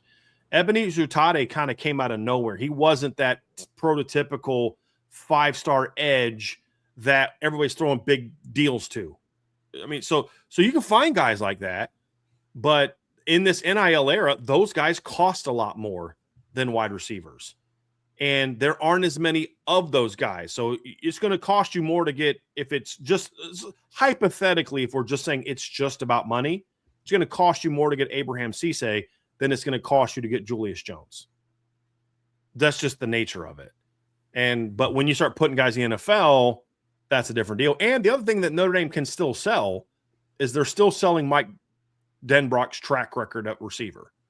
That doesn't last a whole lot longer if they're not able to put some guys into the NFL. I'll give you that, but it's still working for them as of right now. Sure. No, that's very fair. Yeah, that's very fair. I just when I looked at it, I was like, which group is closer to Yeah. being But championship if caliber? we're And going to go my back answer to is D-line. agree Like, with you that's why I completely. think more wide Right. receivers being But cranked that out to in the me is draft would more of a help. coaching and development thing than it is a talent thing. Because like you talked about getting Dalen Hayes and those guys, and I'm like, well, that same year they got Chase Claypool in that recruiting class. They got Javon McKinley. They got Equanimous St. Brown back then. They got Kevin Stepherson. They got Miles Boykin. So like they were pumping out NFL talent at those positions as well. The difference is I think the defensive ends got developed a little bit better and also had some injury good luck at that time too, where I still say I really would have loved to have seen what Javon McKinley could do if he didn't get hurt as a freshman. And there were some other things that kind of happened with him in his career, but like they were getting those guys at receiver back then as well. And they weren't just in the one class. Like at defensive end, it was like the one class. Because in 2015, you didn't sign a defensive end. And in 2017, your best defensive end was like Jonathan McAllister. You know what I mean? So whereas receiver, you had more consistency of getting those type of guys. 2018, you got Kevin Austin. And, 2019, you got Cam Hard, ends up going to DB. So, those are things where I look at it and say, there's just more of those guys out there. There aren't a whole lot of Abraham Ceesays out there. You know what I mean? Sure. And that's so part of it's supply and demand. And that's why they cost more. And I think you need those dudes on the edge and at D tackle. D tackle, I agree with you, Trev. If you're going to delineate the three, DN, D tackle, and receiver, I'm going with D tackle. Because there's even fewer of those than there are edge players. But I'll still say D line. But wouldn't it be nice if Notre Dame could just, be successful at both? And that was going to be my resounding answer, bro. It's like, I mean, who says it has to be or? It can be both. Right. It can be both. It'd be nice. From J. Melvin Bryan, you said you love the Jets draft class this year. Did you like the pickup of D'Angelo Pons? I know he's small, but do you think his style of play can translate to the NFL? Well, I do. Again, I don't watch the NFL draft as much as I used to. I watch it, I think, enough in the postseason to say I still have an idea of what works in the NFL compared to what it used to. I think it's going to come down to how you use them. Can D'Angelo Pons at 5'8" and basically a little over 5'8.5" be a full-time off-ball cornerback? I mean, part of me wants to say no, but then the other part of me still remembers, watching the Denver Broncos back in 2015, and one of their corners, Aqib Talib, was a big guy, big tall guy. Their other cornerback wasn't, that season. So I mean, I think that there's things that you can look at and say, sure, for every Champ Bailey, who's a great player, I'll give you a Chris Harris, who's maybe 5'10". So, but in today's era of the nickel position and smaller receivers, Trev, 10 years ago, a 5'8.5" corner would have had a much tougher time in the NFL than he would today, to the point Trevor's been making. There's just not as many of those 6'4" long receivers as there used to be. So the size distance, like when you're playing the Rams, let me look at the Rams depth chart here real quick. Go ahead, Trev. When I look at D'Angelo Pons, my comp for him is Mike Hilton. Mike Hilton was a very productive player at almost every stop that he's gotten to and has been at up until like age started to catch up with him, but they used him as a slot corner. Mm-hmm. Mike Hilton, for those who don't know, is 5'9", maybe 183 pounds. D'Angelo Pons is 5'8", 182 pounds. Very similar measurables, and D'Angelo Pons is significantly faster than Mike Hilton, like multiple tenths of a second faster than Mike Hilton. If you use him correctly, to Brian's point, I think he could be a very productive player at the league, but I also don't think it would be fair to go ask him to line up in the boundary at 5'8" and go try to guard T. Higgins or Mike Evans or CeeDee Lamb or George Pickens. Or you have to use him the right way, but there's a lot of smaller, shifty slot receivers in the league that I think he could do a very good job against. Yeah. So, Trev, I'm looking at the St. Louis Rams, right? A team that a lot of people think is one of the better teams in the NFL and things like that. And I'm looking at like their top receivers. Their Puka Nacua at the combine was like basically 6'1.5". Devontae Adams sub 6'1". Jordan Whittington was 6'1.5". Those are good sized players, but they don't have the advantage over him as back in the day when everybody had like 6'2" plus wide receivers, it seemed like. So I think that's kind of my point. Like, I mean, there's still some of those guys out there, Cortland Sutton, but there's just a lot more 6 foot to 6'1" guys. So a 5'8.5" guy is just not going to have the same disadvantage. And he's pretty long. But the big thing about him is he's got a 43.5-inch vertical. He can fly and he's physical. So I think there's a big role. As we both said, it just depends on how they use him. And I have to think that if there's a coach in the NFL that knows how to get a 5'8" corner to play at a high level, it's the Jets, who had a 5'8" head coach was a 5'8" corner in the NFL and was really good. So I have to think they know how to use him. Yep. And they got great value because if he's 6 feet, if he's 5'11", he's a top 15, the top 20 NFL draft pick, in my opinion. Sure. I mean, just off of his production and measurables and testing alone. Yeah, if he's 5'11", he's I'm with you. From All About Saturday, how do you think CJ compares to Dante Moore? Who would you draft if you needed a quarterback and had the number 1 pick? I would probably lean towards CJ, but right now it's a bit of a toss-up. I think this year is going to tell us a lot about the answer to that. There's some things I like about Dante over CJ. I think Dante, to me, obviously has more experience. We've seen Dante handle some tough situations last year. I don't think he gets enough credit for having to go on the road and bad weather against that Iowa defense with half of his receiving core out and basically put that team on his shoulders and will him to victory. We saw him do things with his legs that game that we haven't seen CJ Carr do yet. He had to carry that team more last year than CJ Carr had to carry Notre Dame. Let's be honest about that, right? I think CJ's got a better body than Dante. I think CJ's a little bit thicker, and especially now, like CJ Carr in 2026 will look a lot different than CJ Carr in 2025, just physically. I think CJ's probably got a slightly better arm than Dante as far as arm power, but it's not by much. I think Dante's ball – there's only one quarterback in college football that can match CJ when it comes to ball placement. There's only one, and it's Dante Moore. I mean, you watch this – Trev, you and I were talking about the Oregon spring game. There's a couple of those throws he made where you're just like, dude, yeah, that's why I had him as a 5-star and why we all wanted him at Notre Dame. Like, I think as Notre Dame fans, maybe we are a little harder on Dante maybe than we should because we're a little still upset that he didn't come to Notre Dame like we all thought he would, but he's an elite quarter. He's an elite talent. Now, the key for him is if he came out this year, would I have taken him over Fernando Mendoza? No, I would not have, because there's still things I want to see from Dante, especially getting bigger and getting stronger. He needs more physical development. But by next year, I could certainly see that. But if I project him on where I think they're going to go, I would lean towards CJ. I think CJ also has a better feel for progressions. I think CJ, in his first year as a starter, showed me a better ability to kind of go to 3 and 4 than what Dante did. But again, guys, we're splitting hairs here. Some teams are going to like CJ more. Some teams are going to like Dante more. I'm high on both of them. I just think CJ's got more room to continue growing as a player than Dante does. And that's why I would lean towards CJ for next year. But as of today, I think Dante's a little bit ahead of him. I just don't think that's going to be the case when we get done with the 2026 season. Yeah, that's my opinion. Yeah, you and I see that the same. It's a close pick and one that you could argue that there's no wrong answer.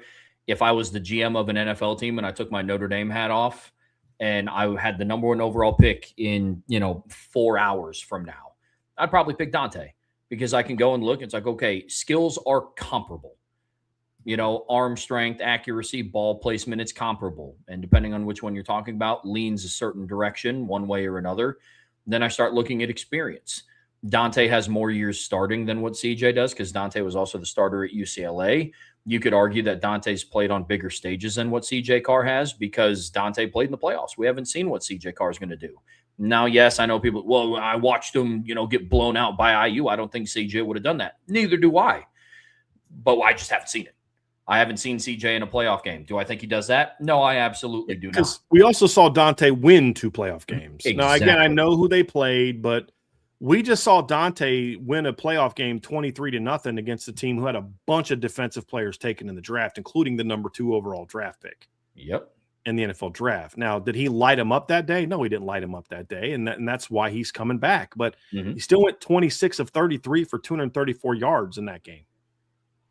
Yep. So, yeah, in the game they got blown out, I mean, Dante went 24 of 39 for 285 yards, 2 touchdowns and a pick. He was not at his best that day, but he still did some very good things. And the other thing about Dante is in the month of November when the playoffs were on the line, I watched him go on the road and will his team to victory. I watched him tear up Minnesota. I watched him rip up USC, and a team that CJ struggled against. And I watched him go on the road and absolutely shred Washington's defense, a place that's not easy to play. So CJ has more to prove, but I also think CJ has a higher ceiling still. 100%. Yeah, if I project out, I think it's CJ. And I would take CJ number 1 overall. But if it happened today, I'd take Dante Moore. Yep. Next one from Raymond Harton. Would you consider center a high potential draft position over guard? Say Knapp comes back and moves to center and is dominant. Would he be more valuable, especially with some of the contact centers are getting? No, centers are getting good deals, Trev, but I'll just give you a little bit of info here. So looking at total value of contracts right now, there are, 1, 2, 3, 4 left guards, and there are 1, 2, 3, 4 right guards. So there's 8 guards in the NFL who have contracts that are $80 million or more, including 2 that are over $100 million, Robert Hunt and Chris Lindstrom. If you look at center, the highest contract for a center is Tyler Linderbaum, who's got an $81 million contract. The next one highest is 72. That's Creed Humphrey. So there's one center that has a contract of at least $80 million. There's 8 guards. So even if you count like, well, there's 2 guards on a start, okay, then it should be like 2 to 1. It's 8 to 1. So I do think center is and center is also a position, Trevor, that you can move somebody to. So, like, if you think Anthony Knapp could play center, then you just move him to center. You don't need to necessarily draft him to play center. Zach Martin was an elite left tackle at Notre Dame. He's going to the NFL Hall of Fame as a right guard. So, I don't think so. I think that what you're seeing, Raymond, where I would go with you on is you're seeing the interior of the offensive line starting to get a lot more love from a payment standpoint. But it's still not tackle. You know, there's 1, 2, 3, 4, 5, 6, 7 $100 million contracts to tackle. Where at guard there's only 2, and at center there's none. But we're seeing the gap closed a little bit, and that's why I think there's some value to those positions. I think center is a very valuable position. I just don't think it's a position you're going to give someone the kind of money you're going to give a guard or a tackle. Agreed. That's just the reality of it. So, yeah. Let's go to Jay Melvin. Brian, do you think Boubacar will have an Abdul Carter type of season and end up being a top 10 draft pick in 2027? I don't know. I think he's capable of it. We've talked about that before. When you looked at what Boubacar was doing, remember we did this breakdown. When you looked at the start that Boubacar had to the 24 season, and the kind of numbers he was putting it up, the point that I made is he was like on the verge of having sort of that type of season. When you look at his production per snap. So I'm going to do it again here real quick, Trev, because I always like nerding out a little bit on the show. But, you know, Boubacar in 2024, before he got hurt, had 9 pressures on 65 pass rush snaps. So if you go to where Abdul Carter was, so let me pull up Abdul Carter's season. Abdul Carter in 2024, his last year in college, had 66 pressures. If you give Boubacar the same number of pass rush snaps that Abdul Carter had, Boubacar would have had 49 pressures. Okay, good, but not great. But here's the thing that I've pointed out to Boubacar. 5 of Boubacar's pressures resulted in hits on the quarterback. If you project that out to what Abdul Carter had 23 hits plus sacks on the quarterback. Boubacar would have had 27. So he gets there. And then you look at kind of where Boubacar was to start the 2025 season. I think we saw Boubacar have some stretches where I think he was a little rusty to start the season. He had 7 pressures in the first 4 games. If you look at where he was in the second half of the season, so let's go 12, 16, 20, 23. So he had a 6-game stretch here, Trev, where he had, let's go 50. I'm just doing some math here, guys, so just give me a second. Some of these numbers, I am not smart enough to calculate without a calculator. So 172 pass rush snaps. So that's 12, 16, 23 pressures, 172 pass rush snaps. If you give him the same number of pass rush snaps that he would have had that Abdul Carter had. That's 47 pressures, total pressures. But once again, as I pointed out, his numbers for hits plus sacks on a quarterback are abnormally high. So when Boubacar wins, he gets to the quarterback. That's the key. He doesn't get as many as the overall pressure. So with that being said, this is a guy who just played his first full season of college football. Now you go into his second full season. Do I think he can go from a guy that was putting up pretty good numbers on a per snap basis to being a dominant Abdul Carter type of player? I certainly think so. Because, look, the year before, Abdul Carter had 28 pressures and 10 plus hit sacks on the quarterback.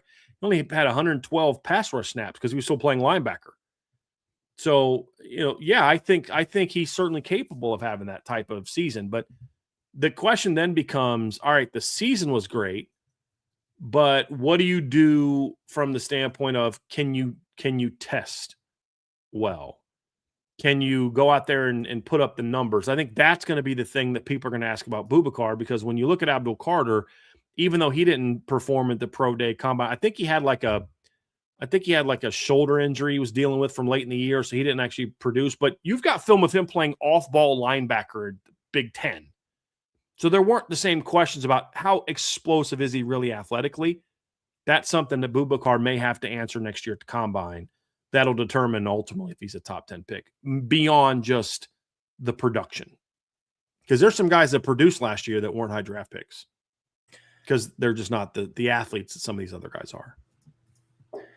And being a top 10 draft pick also has to do with the other surrounding members of that draft class as well. Mm-hmm. We very well could see 4 quarterbacks go in the top 10. Leonard Moore is going to go in the top 10. Jeremiah Smith is going to go in the top 10.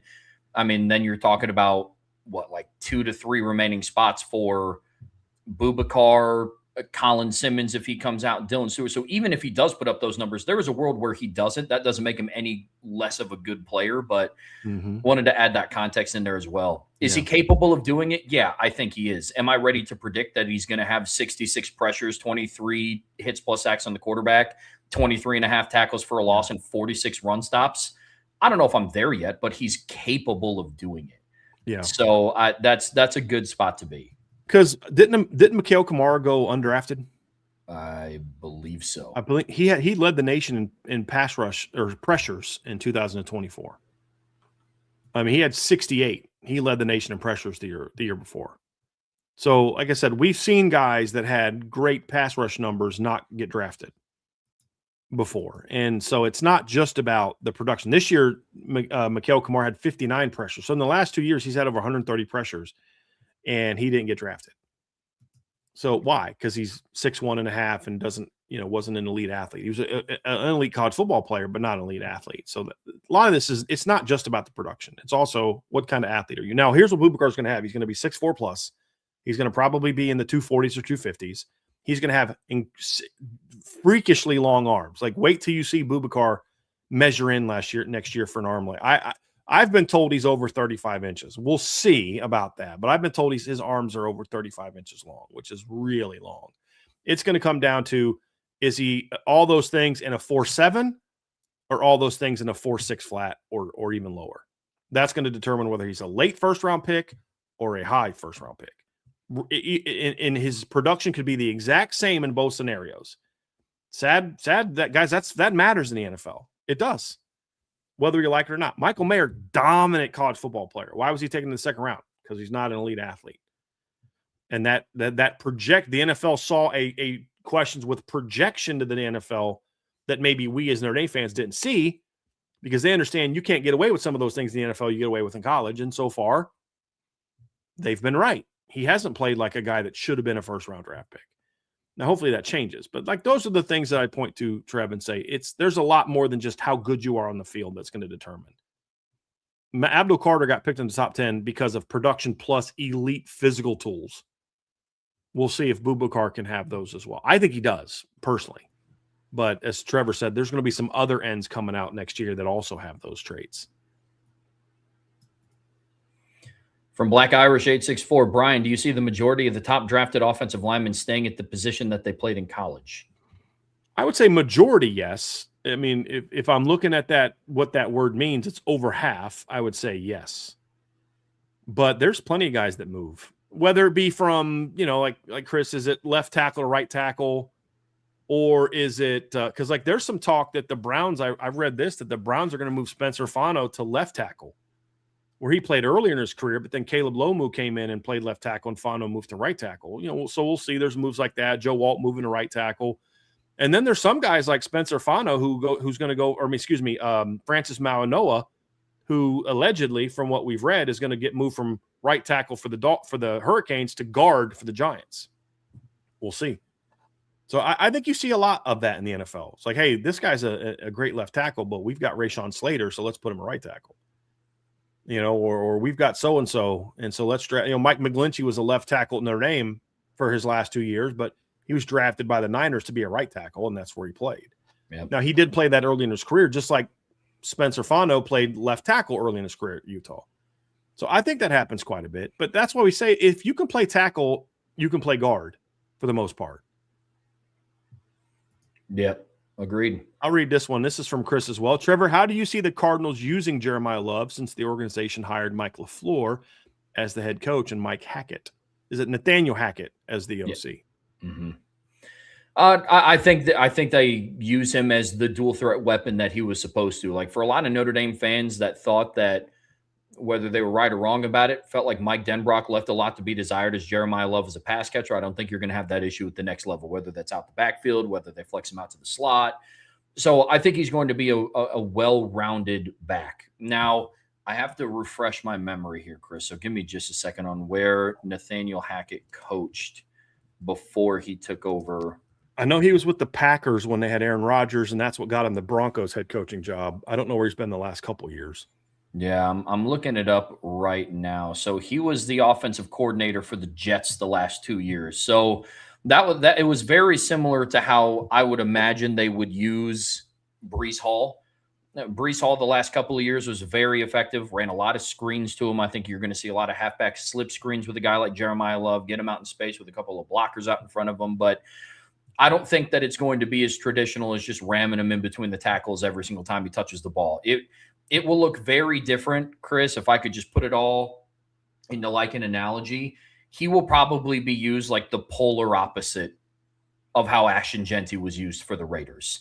They just asked Ashton Jeanty with arguably the worst offensive line that I've probably ever seen, offensive line performance that I've ever seen watching football ever. And that is not an exaggeration. The Raiders' offensive line was absolute garbage last year. Now, I don't think that they're going to ask Jeremiah Love to do what Ashton Jeanty did, but they're still going to ask him to run in between the tackles, but I think it'll be geared to getting him out more in space. That's how I see him using J Love. I dig it. From Salty, how beneficial for recruiting will it be for Notre Dame to say that a number 2 player at a position can be an NFL first-round draft pick? Well, it's going to be beneficial at running back, certainly. I mean, that's a big part. We talked about that a little bit last week. Yeah, that's big. Hey, Isaiah Rodgers, you still want to come to Notre Dame even though we got a commitment from Lathan Wissington? Don't worry, because look what we did at the draft last year. A guy that never started a game in his career was a first-round draft pick. Yeah, that matters. Another one from Salty. How predictive is winning the Heisman Trophy to being the number 1 NFL draft pick? I don't think it's not. It used to be somewhat, but I don't think it's that big anymore. I think it has to do with the fact that it's not so much the Heisman, it's that the Heisman tends to go to a quarterback. Yeah. That is more of the reason why I think you see that. I mean, Johnny Manziel was a Heisman Trophy winner and had one of the most dynamic college, last 2 years of a college career that I've seen. And he was picked in the 20s. I think it was 22nd. Yeah, I mean, so we've seen a lot of Heisman Trophy winners not drafted high. Now you could say, okay, the last couple have certainly done that. Obviously, Fernando Mendoza this past year, but if Fernando Mendoza won the Heisman, but Indiana was an 8-4 team, do you think Fernando Mendoza is the number 1 picked quarterback? I don't think he is. I don't. It's to your point, Brian. It's definitely more of the position than it. I mean, Devontae Smith won the Heisman. He was not going to be the number 1 overall draft pick in the 2021 NFL draft. Right. Travis Hunter the year before didn't win the Heisman Trophy, and he went number 2 overall. Jaden Daniels was the number 1 overall pick because Jaden Daniels was the best quarterback and a big-time quarterback prospect in that draft class. Caleb Williams won the Heisman Trophy. Again, he wasn't picked number 1 because of the Heisman, because that came he was a year removed from that and didn't have a very good year. It's because he was a big-time quarterback. So when you look at those things, it's more so about the position that they play and whether or not those guys are big-time players. Like I don't think Bryce Young was picked number 1 and CJ Carr number 2 because Bryce won the Heisman. I think it's just the Panthers thought that Bryce Young was a better quarterback. So I think those things factor into it. It's, Baker Mayfield won the Heisman, and he wasn't. Was he the number? Actually, was Baker the number 1 overall draft pick? I think he was. Yeah, he was the number 1 overall draft pick. I was about to say he wasn't, but I think that's more of the factor. Lamar Jackson was the Heisman Trophy winner, and he went 32nd. Why? Because there were questions about whether or not he could throw the football at an elite level in the NFL. So I think that factors more into it than anything. And a lot of those guys deserve to be. I mean, Jameis Winston was the number 1 overall draft pick. He should have been, coming out of that draft class. You could look back hindsight and say, well, this, that, and the other. But at the time, I don't know that there was a ton of questions outside of the character questions for Jameis. It was never about his physical ability. From Salty, which draft guru do you feel is most often on the mark? So how I define on the mark has nothing to do with draft positioning. Is your evaluation good?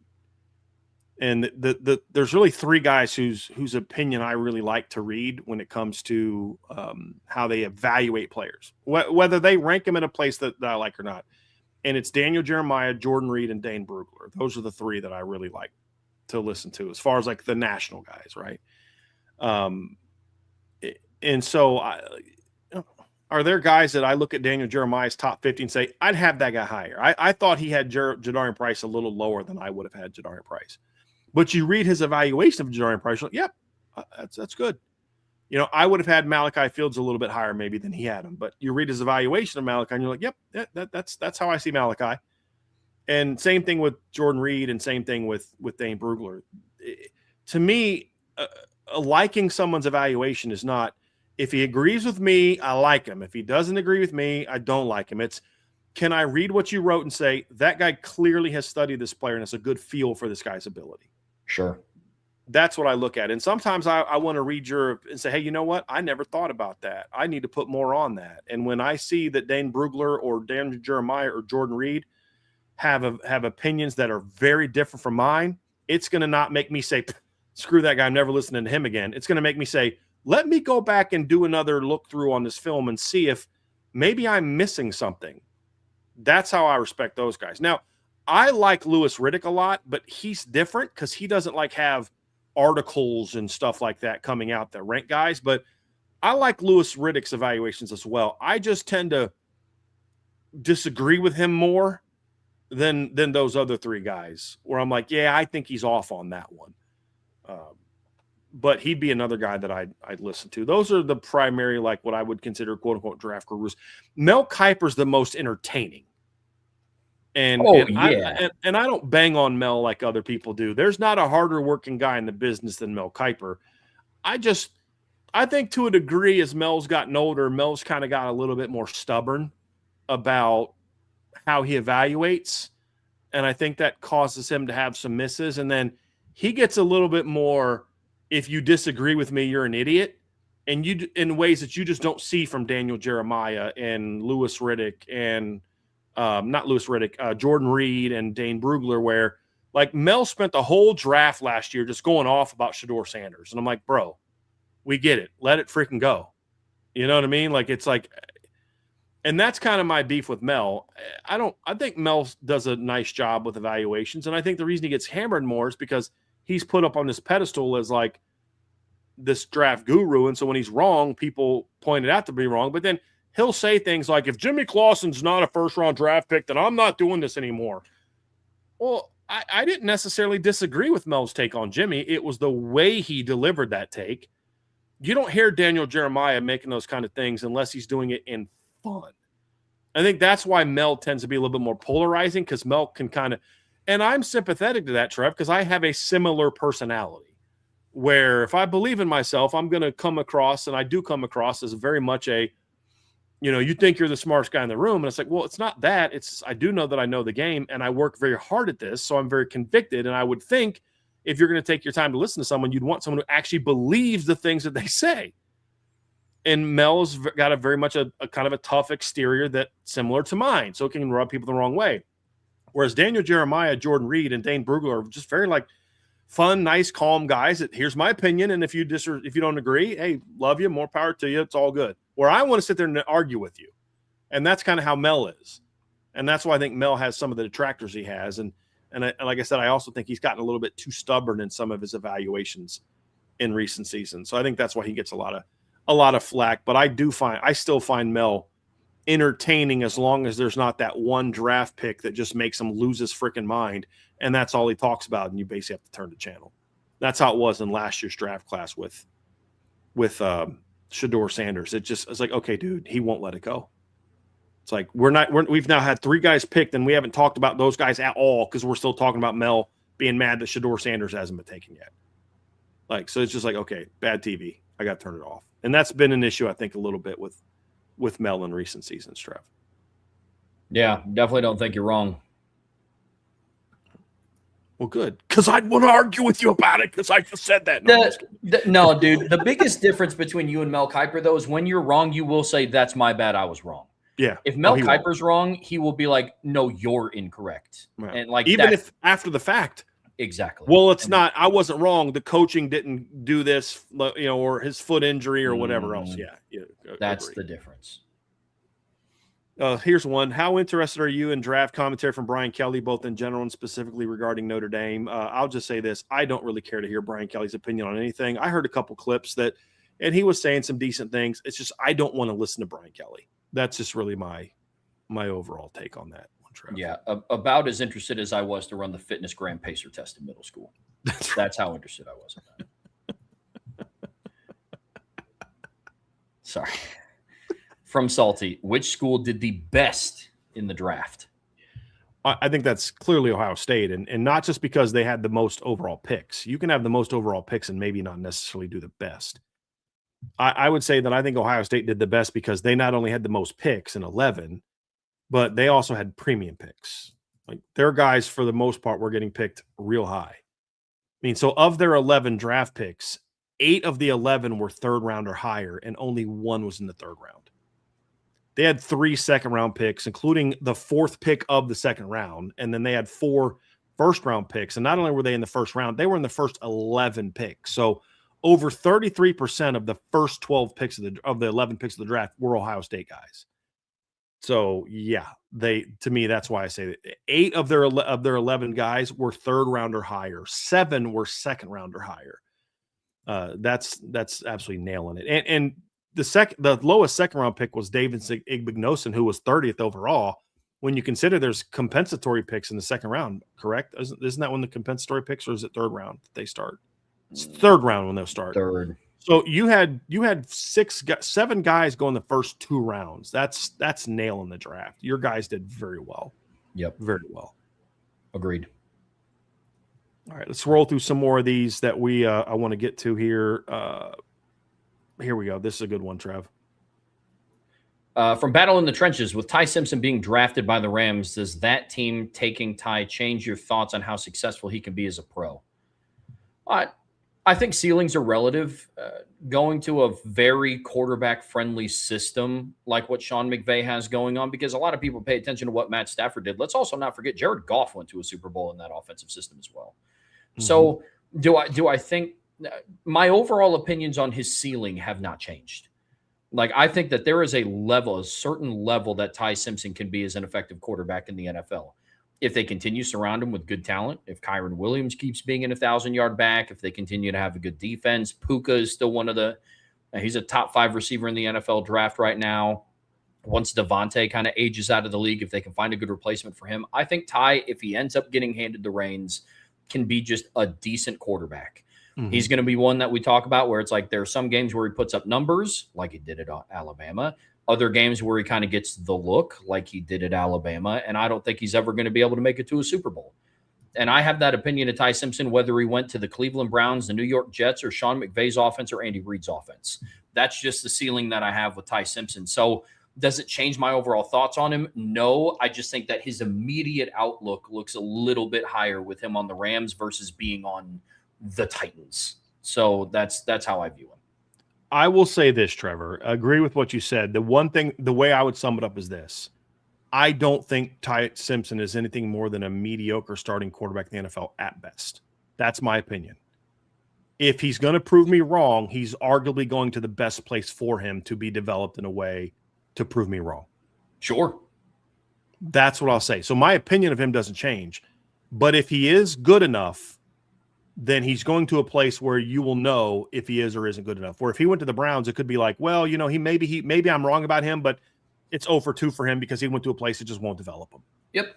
Where you're going to play for Sean McVay. If you do have the chops, we'll go and find out.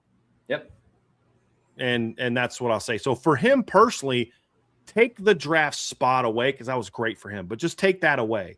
I don't know that you could have picked a better scenario other than maybe the 49ers, where you say, boy, if it's going to work out for a guy, you went to the right place. Yeah. And I would actually argue the 49ers because with all due respect, Kyle Shanahan's done a whole lot more with the last pick of the draft, than what Sean McVay did with Jared Goff.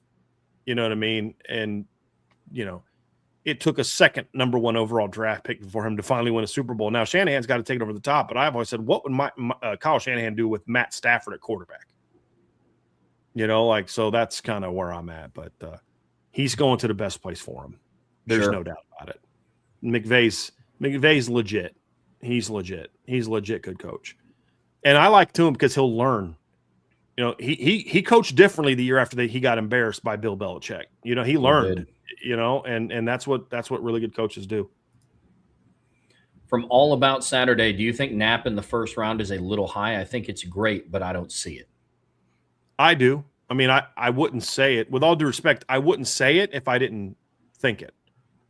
Now, do I think Anthony Knapp is a first-round draft pick today? No, but I just got done saying that I don't think C.J. Carr is we got asked last week, would you take C.J. Carr in the top 10 if he was in this year's draft? I said no, because he's got a lot to prove.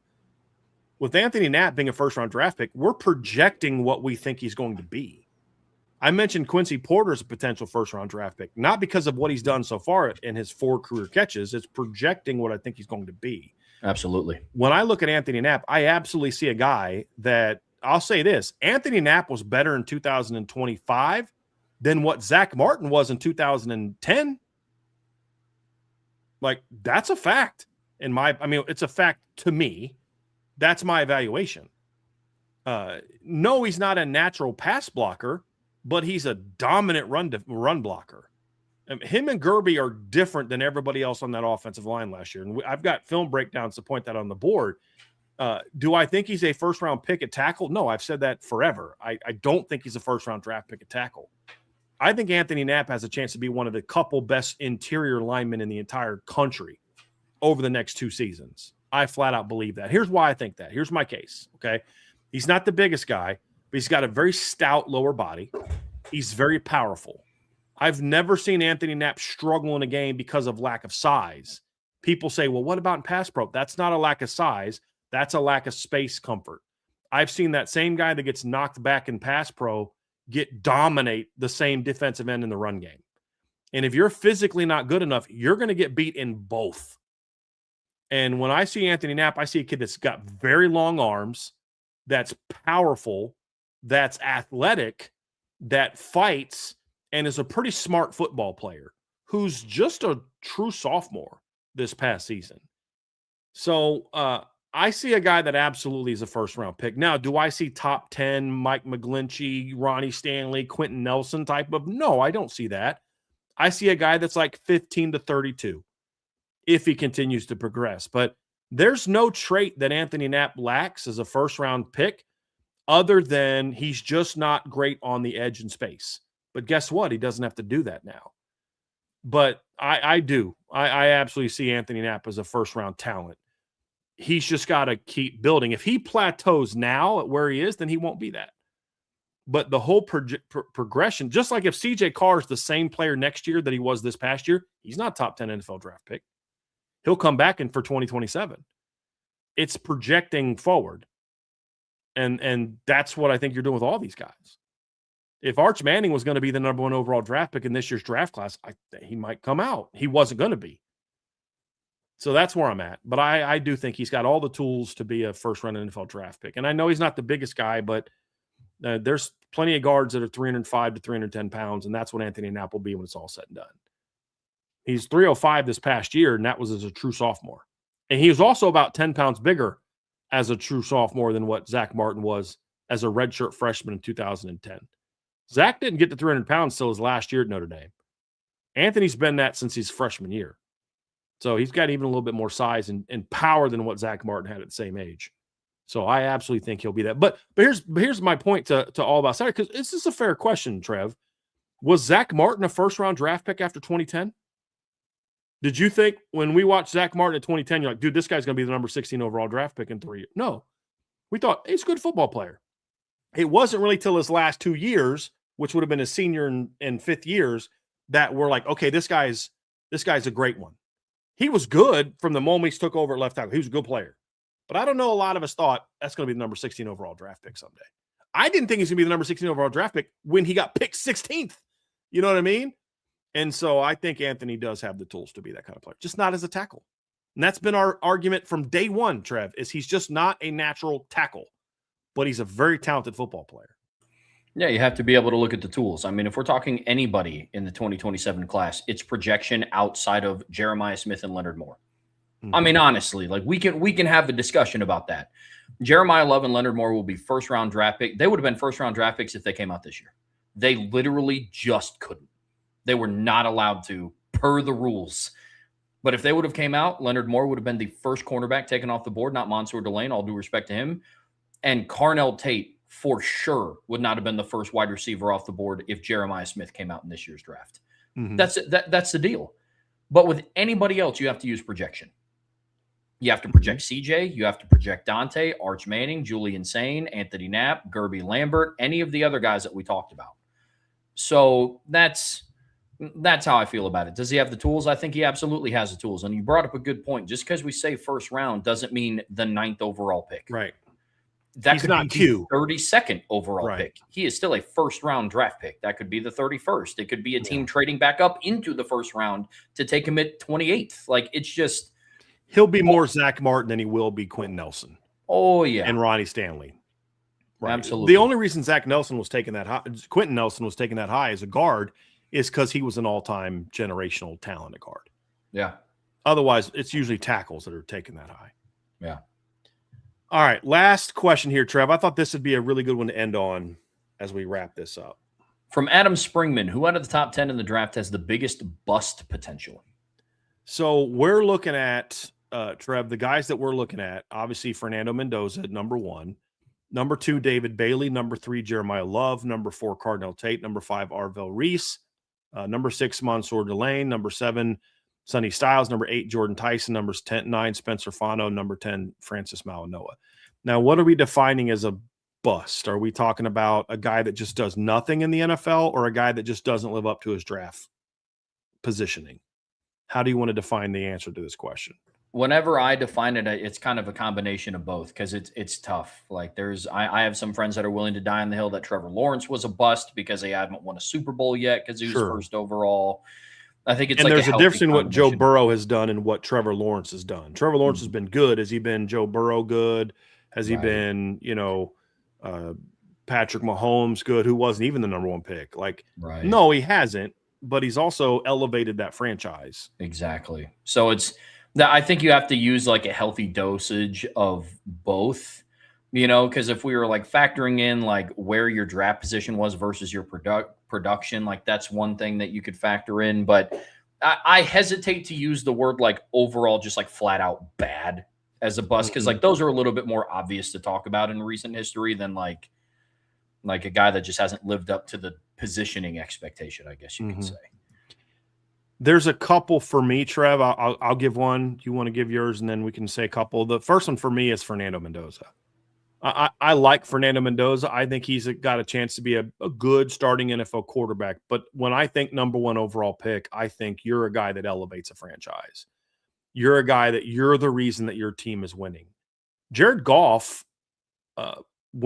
has done a great job with the Lions. I mean, he's been a good NFL quarterback. The reason he gets such a negative opinion is because he was the number 1 overall pick and has never played to the same way that like a Matthew Stafford maybe has with the Rams, or the way that an Aaron Rodgers did, where you're that elite quarterback. And again, Aaron Rodgers wasn't even number 1 overall. But when you think number 1 overall quarterback, you think you're an absolute dude. I could see Fernando Mendoza being a Dak Prescott type of NFL quarterback, which is a good quarterback. I just don't think he's a guy we're going to look back and be like, yeah, that guy was worth $60 million, in the number 1 overall pick. That's my concern. So I think there's some potential there. I'm not saying it's going to happen. I'm not one of those like, this guy sucks. I'm not one of those people. He's a good player. And Trev and I were super high on the Indiana pickup of him last year. That was one of the reasons that we thought Indiana was going to be really good again. And then he elevated him even beyond what we thought that they were going to be. But I don't see number 1 overall draft pick for him. I just don't see that. Yeah, one of the guys I'm going with is Arvell Reese.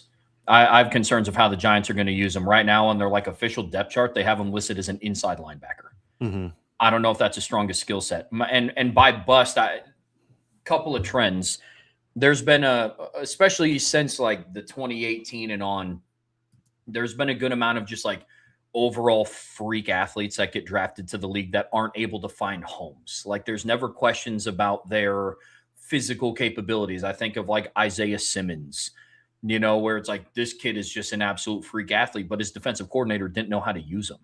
He was kind of playing positionless football, and it's very difficult in the NFL to just put a guy, especially on defense, and just say, go out there and make plays. Like that's a difficult thing to do. I think you need a little bit more structure. And with Arvell Reese, it's like, okay, you went to a place where you're a prospect where some people projected as an edge rusher, others projected as an off-ball linebacker. You stick him inside next to Tremaine Edmonds. But then it's like, okay, do you also rotate him in with a rotation of Brian Burns, Abdul Carter, Kayvon Thibodeau, given the set? So now I could see it being him. So that's how I look at Arvell. Physical freak talent, but you just don't know how to use him. Jabril Peppers suffered from that. I remember the big thing with him coming out of college, like he could play field, boundary, nickel, safety, outside linebacker, and then you would have defensive coordinators try him at all of those positions, right, sometimes within the same game, and then his final stat line was 2 total tackles, and they were both assisted. Because it's just like, where are you going to play him? So you can play them all, but can he play any of them well? Exactly. That's the question. Yeah. Exactly. So the management of Arvell Reese will go a long way in dictating if he's a bust or not. I do worry about Carnell Tate getting a lot of criticism he maybe shouldn't get. I think Carnell Tate can be a good starting receiver in the NFL. I don't know that I think he's going to play like a guy you take number 4 overall. When you think of taking a guy number 4 overall, you're thinking Jamar Chase. You're thinking Justin Jefferson, who, again, wasn't even taken that high. You're thinking Malik Neighbors. You're expecting someone that's a dude. And I just don't know that Carnell is that. I think Carnell could be a really good number 2 receiver in the NFL. But you don't draft a guy number 4 overall to be a good number 2. You draft a guy number 4 overall because you're expecting him to be a dude. Like I say, if you just look at the Cardinals and say, Marvin Harrison's a really nice number 3 weapon for that team. And if you had no clue where he was drafted, you'd be like, yeah, I'm glad that they have him. And then you're like, wait a minute, he's the number 4 overall pick in the draft? Like, hold on, man, I expected him to be a lot better than that. And like, he's not even as good as Michael Wilson from Stanford. Like, you know what I mean? So like, I think he'll constantly get over criticized because of where he was taken. And I think that's why I think he could end up being someone that gets considered a bust, because you're asking him to be something that you shouldn't be asking him to be. And I worry about, can he live up to that expectations, where if you would have drafted him, 15th and 12th, and he's expected to be like kind of like that number 2 to complement with like an AJ Brown or something like that, then sure, then I like that. But that's another one that I had, Trev. Yeah, I feel very similarly to Jordan Tyson with the Saints. I have a lot of concerns about that pick. First of all, the Saints had significantly more needs than just another wide receiver. And you got a guy coming off of an injury to, kind of be, I guess you could call it an heir apparent, or to play alongside another wide receiver in a Chris Olave, who is also gets riddled with injuries, a lot of concussions. Feel bad for him. And I hope his fortune turns around. I genuinely do. Mm-hmm. But I think that could be one where it's like, you took Jordan Tyson 10th overall, and 8th. We're having in the top 10, excuse me, 8th overall in the top 10. and we're having a conversation about him of when he's healthy, he's pretty good. Yeah. Like he went X amount of spots higher than Justin Jefferson. He also got drafted in the top 10, as did Jamar Chase and guys like that. Like that's We're going to look back, and I have a feeling it's like, and Trev, I said to you, I think he's the best player. I think he's the best receiver in this draft class when he's healthy. But you're also talking about a guy that has literally never played a full season of college football. Like that's not ideal. Yeah, that scares me for the I'm Saints. with you on that one. I'm big with you on that one. There's some other guys we could kind of mention. Everybody's got a chance to be that kind of guy, but I'm still not 100% sold on David Bailey as an every down player either. I think David Bailey's going to be a very good pass rusher, but is he just a pass rusher, or is he a legit impact player in every regard? I just feel like you don't draft a guy number 2 overall to just rush the quarterback. And that's the concern I have a little bit about him. The disclaimer that I'm also going to put out for Notre Dame fans, because I know we'll get asked about it here in the future. And let me start off by saying, and I know I've been famous for heel turns so far this past offseason. Here comes another one. So this is not that. This is not that, I promise you, because I think he's going to do great. We were going to have a talk afterwards. But the outside media, if Jeremiah Love doesn't come onto the scene and put up crazy numbers and win like NFL Rookie of the Year, they're waiting on him not to dominate. They're waiting to pounce on him. Yeah, people will talk about that because of positional value. I do not think that that's going to happen.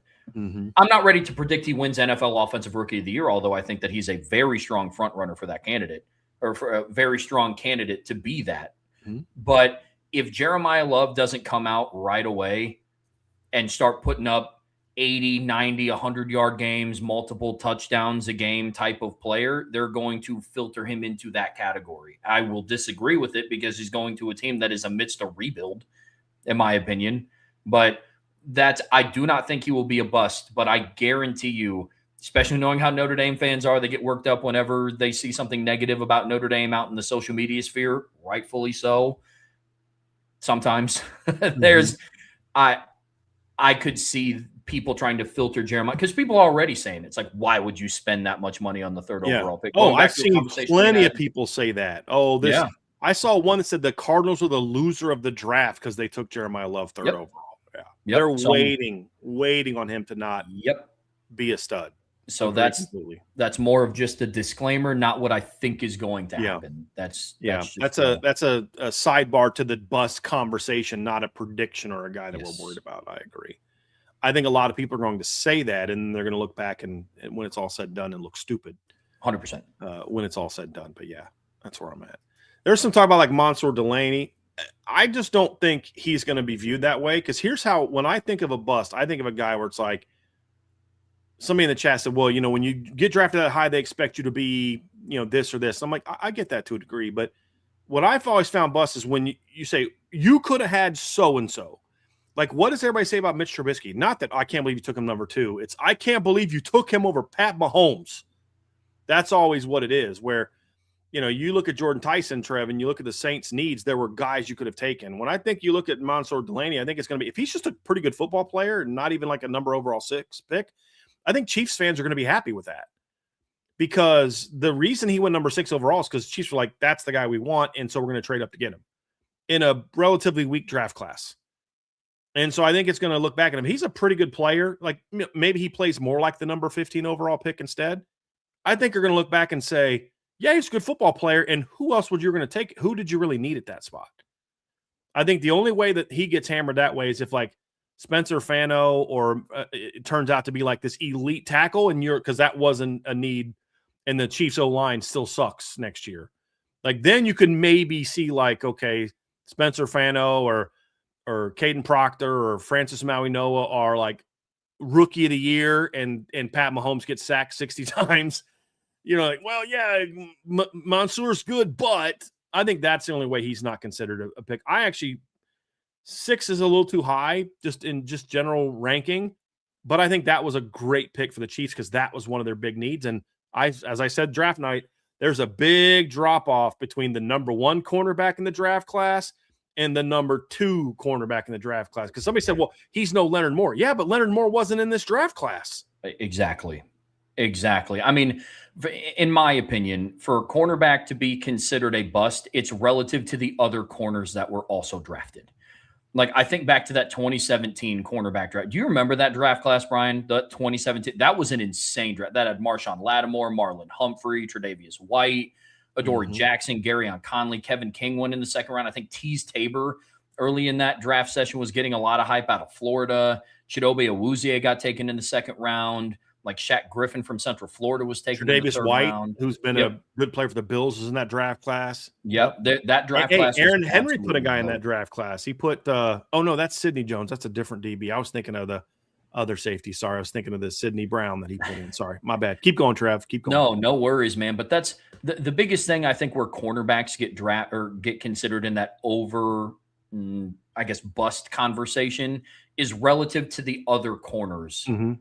that have success out of that draft class. Like, Yep. I know people that were willing to, say that Garyon Conley was a bust when he got taken in the first round. And then it was always compared to, because look at what Marshawn Lattimore is doing, because Mhm. look at what Tre'Davious White is doing, not look at what this pick is doing that was ahead Yep. of him, or what this pick is doing Right. behind him, that sort of thing. It's always relative to the corners. That's Agree. how I view it. And I just feel like he was without a doubt by far the best corner. And you could Yes. argue the biggest gap between the number one and the number two players in this draft class on offense, it's quarterback. Because even though I don't like know that Fernando Mendoza should have been number one, there's a big drop off after him. Because the other guys that I feel like had the talent to contend with Fernando Mendoza have big giant red flags. Drew Aller, Carson Beck, guys like that. Sure. And then the other on the number one on defense, I would argue is corner. Because even though there's a big drop off between Sonny Styles and the next drafted linebacker, I don't know that the play between Sonny Styles and like a CJ Allen is going to be enormously different. At least it wasn't in college. When I look at just the evaluation, I think that was more Sonny's a freak athletically. We'll see what kind of player he becomes. But I think when I look at who the best corner was, and then I look at what came after that, especially since the kid from Tennessee had all those injury issues, I think there was a big drop-off between Mansour Delaney. I don't know that you were going to get someone comparable to him in round two, where, if you need an offensive tackle, there's going to be better O tackles in round two that you could get if you're the Chiefs than what you were going to get at corner. Yep. And that's why I honestly had no problem with them not only taking him, but trading up to take him. Yep. You find your guy, go get him. Especially in a year where I just don't, like Trev and I agree, the draft class was not strong at that position. It wasn't. Where offensive tackle, you could go in round two, Trevor, and or round three and get a Markel Bell, somebody like that. You could get one of those players and still feel like you got somebody. I don't know that I would have felt the same way at tackle, or even traded back up into the 20s and taken a Caleb Lomu, or if you felt like there was the run starting, I would have done something like that instead of passing on Mansour Delaney, because this is not a great corner class. Next year I think will be a lot better. 100%. I'm with you completely. Well, folks, that's going to do it for us here this evening on the Irish Breakdown Podcast. Now, here in about a half an hour, the guys are going live on IB Nation Sports Beat. They're diving into some of the comments that Mike Denbrock had after the Blue Gold game. Brian and I will be back tomorrow. More great content coming your guys' way on your way out of this show. Be sure to hit that like, hit that subscribe, hit that notification bell. Be sure to share this podcast with your friends, family, anybody that you know loves Notre Dame and college football as much as you do. But as always, the best way to support what we do here is subscribe to the premium message boards at boards.irishbreakdown.com. Cubby, it was great meeting your wife, and I think your daughters were there too. So that was a really funny moment. It helped make my day. Also, shout out to Kenny Miller. Got a chance to run into him after the game as well. We appreciate you all very much. And the gentleman I met before the game, I don't remember your name, but really appreciate you stopping me and saying hi. And anytime you guys see me on campus, you want to come say hi, please don't ever hesitate. Trevor and I love that stuff. You guys are what make this podcast what it is. Otherwise, it's just two dudes talking ball whose wives are saying, get a real job, if it wasn't for you guys. So we appreciate you very, very much. And it was really nice meeting your wife. She was like, my husband's going to kill me if I don't get this selfie taken, which is awesome. So I appreciate you sharing that.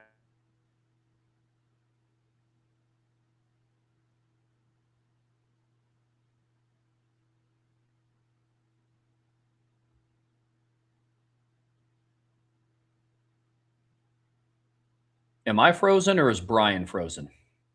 It could very well be me.